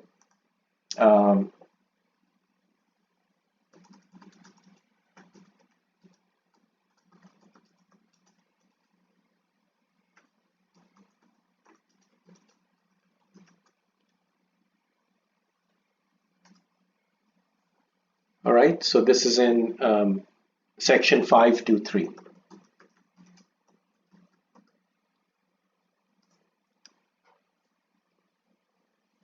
And so in that table, he has this data set, and then he shows how each pass of the algorithm changes the array. And there's a couple of symbols that are being used, or notations that are being used in that table. So one is that there's a bar that's moving from right to left, and that bar indicates sort of which is the unsorted, or it separates the sorted and the unsorted portions of the array. So everything to the left of the bar is unsorted, and everything to the right is sorted, except that it's in reverse order, because we're going to be finding the biggest keys each time. And then the second notation is that some of the keys are boldface, and what they are representing is the maximum value that's been found at each point compared to where we started. So if you look at that first row, the entire array is unsorted because we haven't started anything yet. And so the first iteration of the outer loop, we will start at the very last key, which is 703. And then looking at the remaining portion of the array that's from 703 backward to the beginning of the array, we're trying to find the biggest key in that region. So we start with 703, setting 703 as the maximum, and we're trying to find if there's anything bigger than 703. And so the first key that's going to be checked as a possible maximum is 765, and 765 is actually bigger than 703. So now max will be updated to become 765. But we still don't know that this is the final maximum because we have to actually run through the entire initial portion of the array to determine that. And so we keep going. 765 is bold-faced because it has become the maximum.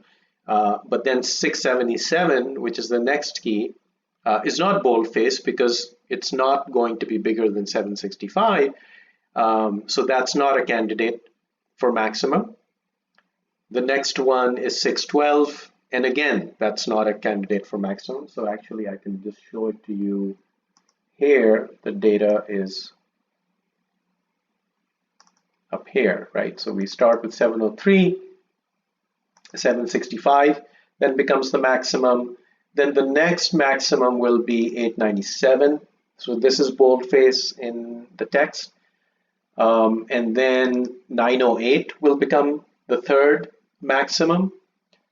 And then we'll keep going to the beginning of the array, and then we'll know that 908 is the final maximum. Each time the maximum is updated, we do a swap. Do we actually do a swap? Yeah, I think we do a swap with every update? Let me just see over here.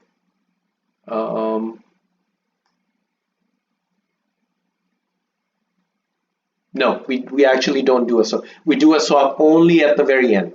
So when we found, so the maximum that's updated is just in the registers till we've covered the entire initial portion and we found the final maximum. At that point, we can swap it with the current position or the key at the current position of the outer loop. And this just keeps repeating. So what I'm going to do is to set a few breakpoints so we can see,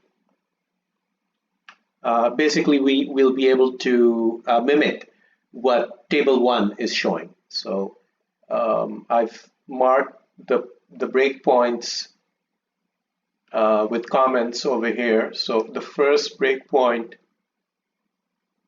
is going to be here on line 86. Because I want to see which is the current position of the outer loop where we're going to start to find the maximum. So that's the first break. The second break is over here, line 104, because I want to see when the maximum gets updated. And then the third break is going to be here. Oops, I think the debugger crashed. Let me bring that up.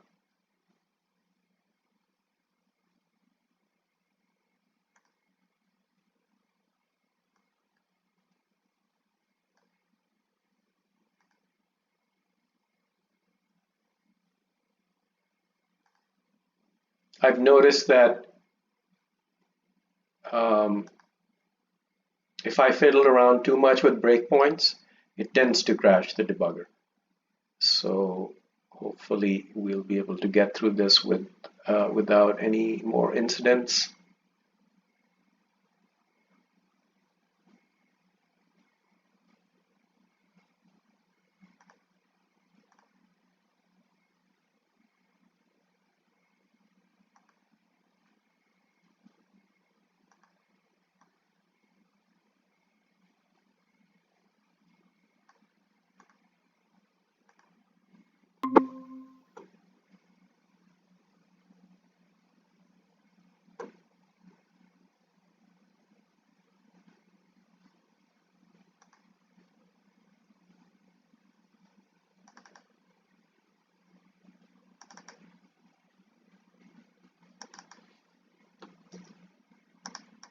Okay, let me set up the memory panels.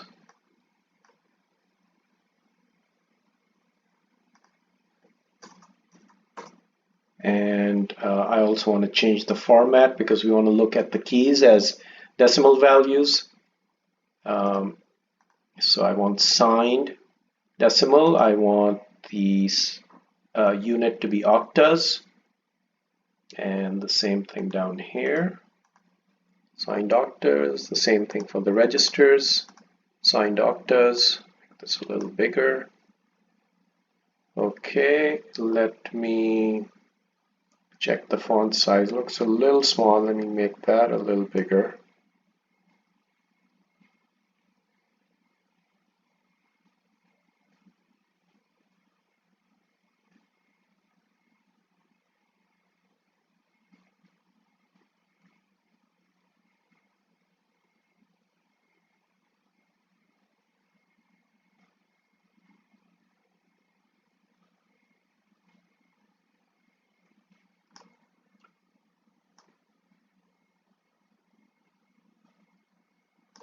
Okay, let's see, how is this? Maybe make it a little bigger.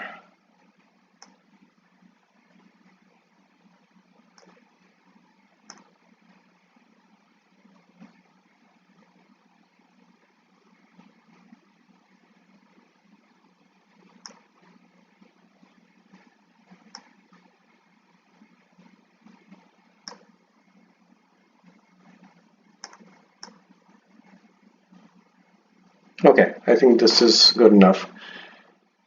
All right, so let's start stepping through the function.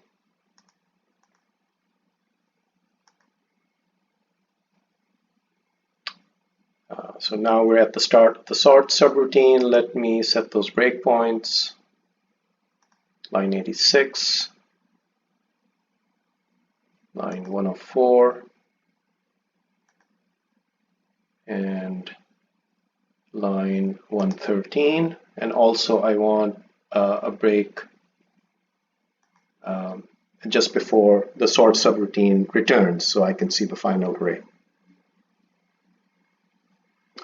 Okay, let me close the special registers panel. We don't need that.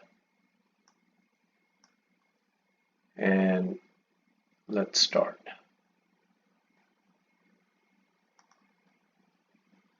All right, so we hit the first breakpoint, which is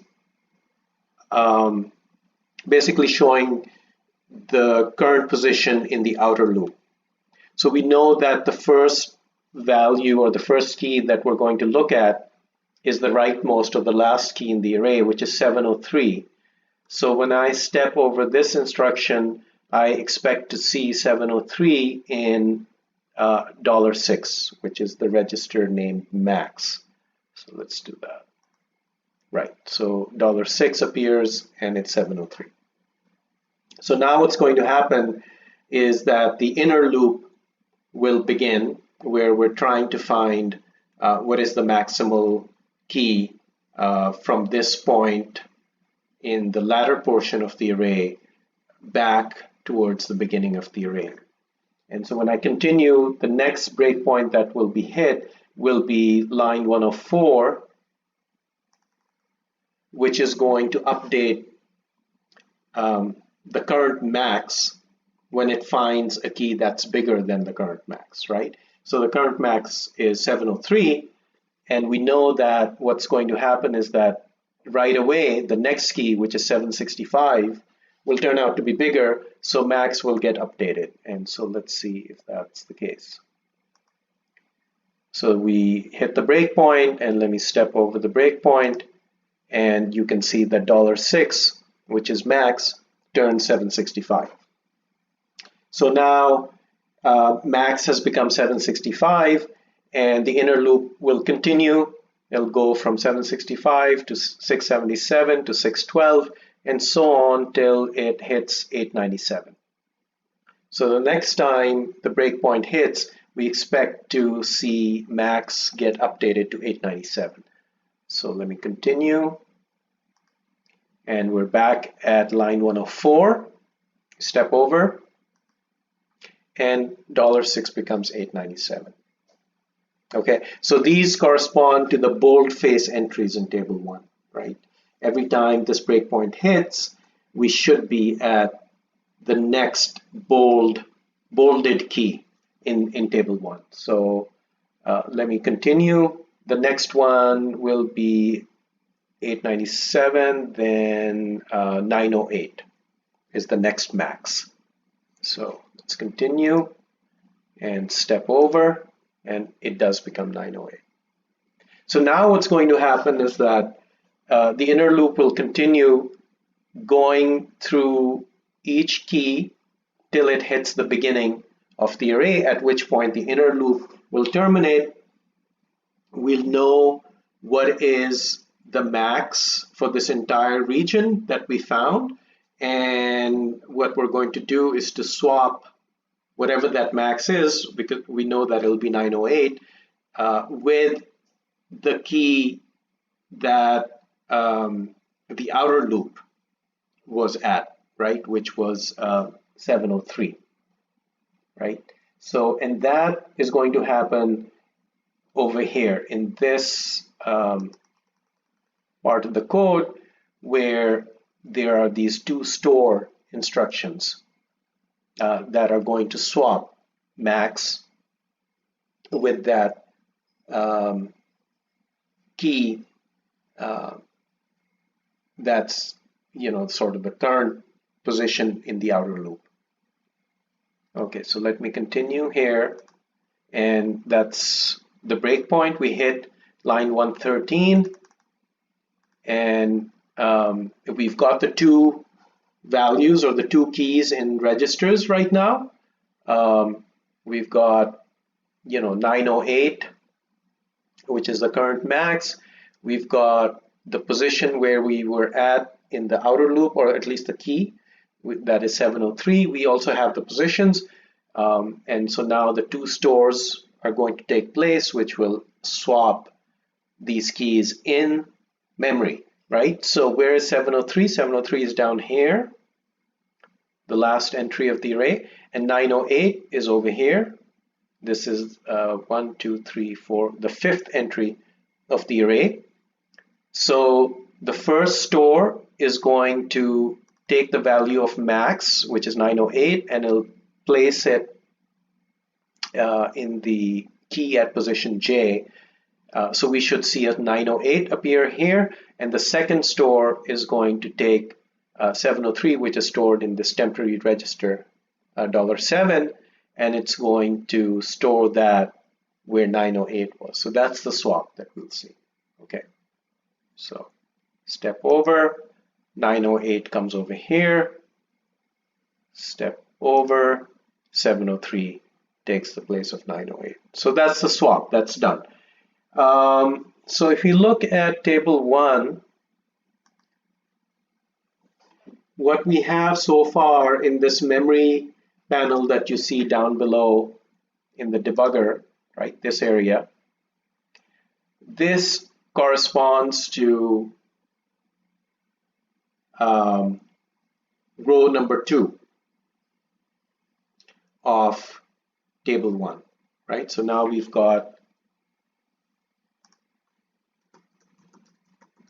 now got row 2 of table 1 showing in the debugger memory panel.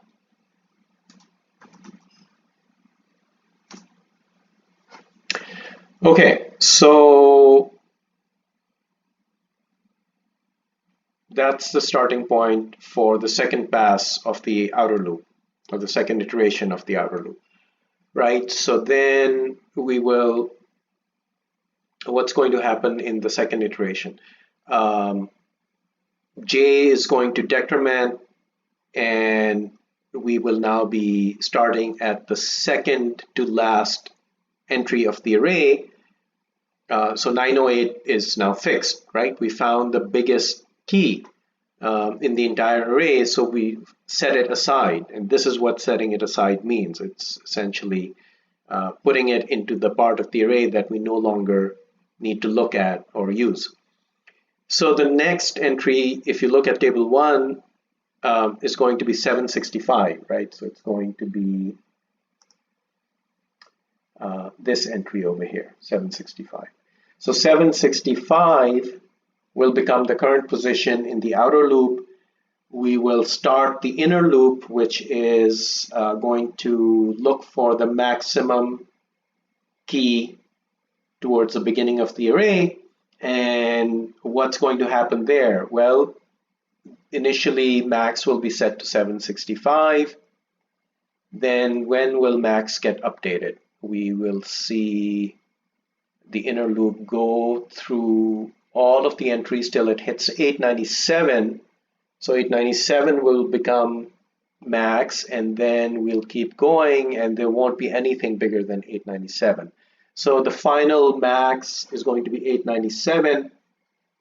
The 897 is then going to be swapped with 765, and we'll be done with the second iteration of the nested loop, and we'll be at row 3 of table 1, right? So I'm going to just hit the breakpoints by clicking continue every single time, and we'll see that. Okay, so continue, step over 765 is where we're starting. Continue, and then step over. That's the new max that got updated to 897, and then continue and step over to do the swap. And now we've got the swap. 897 took the place of 765, and 765 took the place of 897.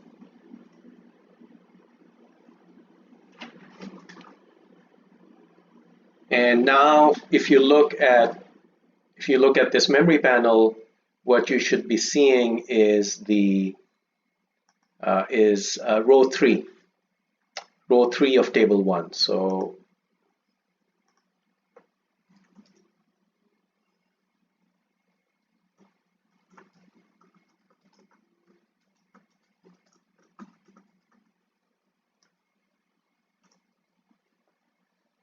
okay, so we've got the 3 rows. I think that gives a pretty good sense of how the algorithm progresses through the array. And so what I'm going to do is to remove these breakpoints so that I'm just left with the breakpoint at the end of the function just before it returns, which is down here, line 124. So we can see the final sorted array. So let's continue. And we hit that return. And so now in memory down here, we should see the completely sorted array. And we can compare it to the hard-coded expected output to see if it's right. So 61, 80, 87 matches up. And you can go through each one of them.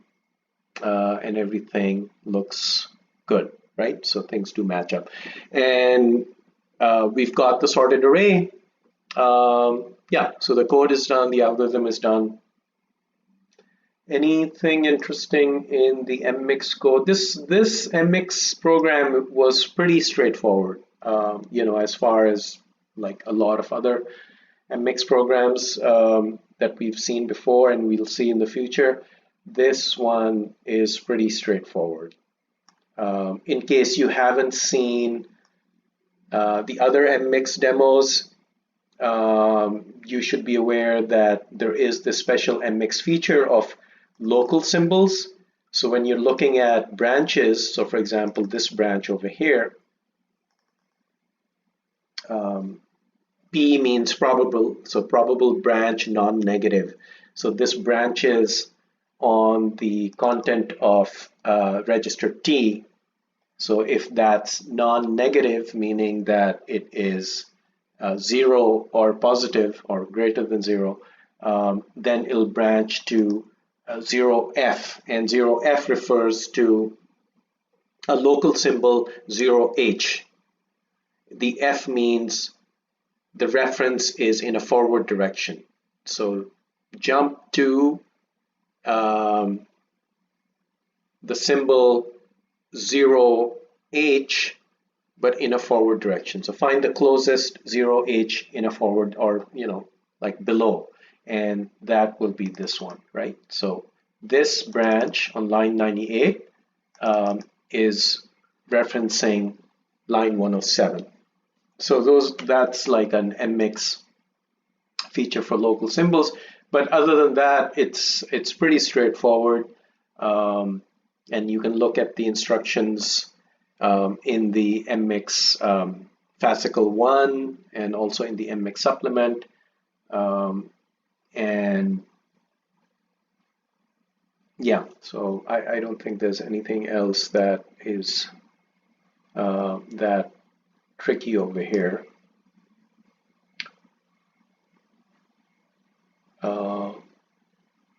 Let me step over that return, and you'll see that control comes back to the main program here at line 41. This is just setting the exit status of the program in register 255, and then the next instruction is a halt, where the program exits essentially. So yeah, so that's about it. Thank you for watching. And thanks again to all our attendees in the regular meetup session. Let me put up a slide with all our resources.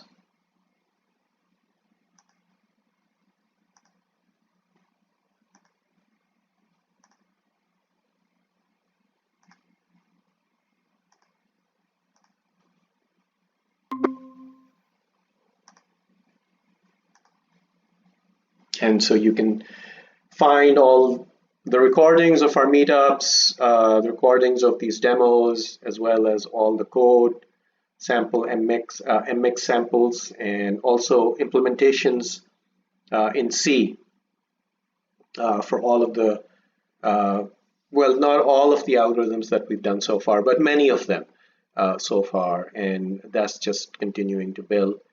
And then there is a Facebook group as well. There's an IRC channel. If you go to the meetup page, if you can attend the meetup, that's the best. So thanks again, and be sure to let us know in comments if there's anything else that you would like us to cover, or anything that you have, in terms of comments or questions on this current presentation or the content that we discussed in the meetup. Anything to do with TAOCP or even just algorithms in general, it'll be great. So, bye-bye.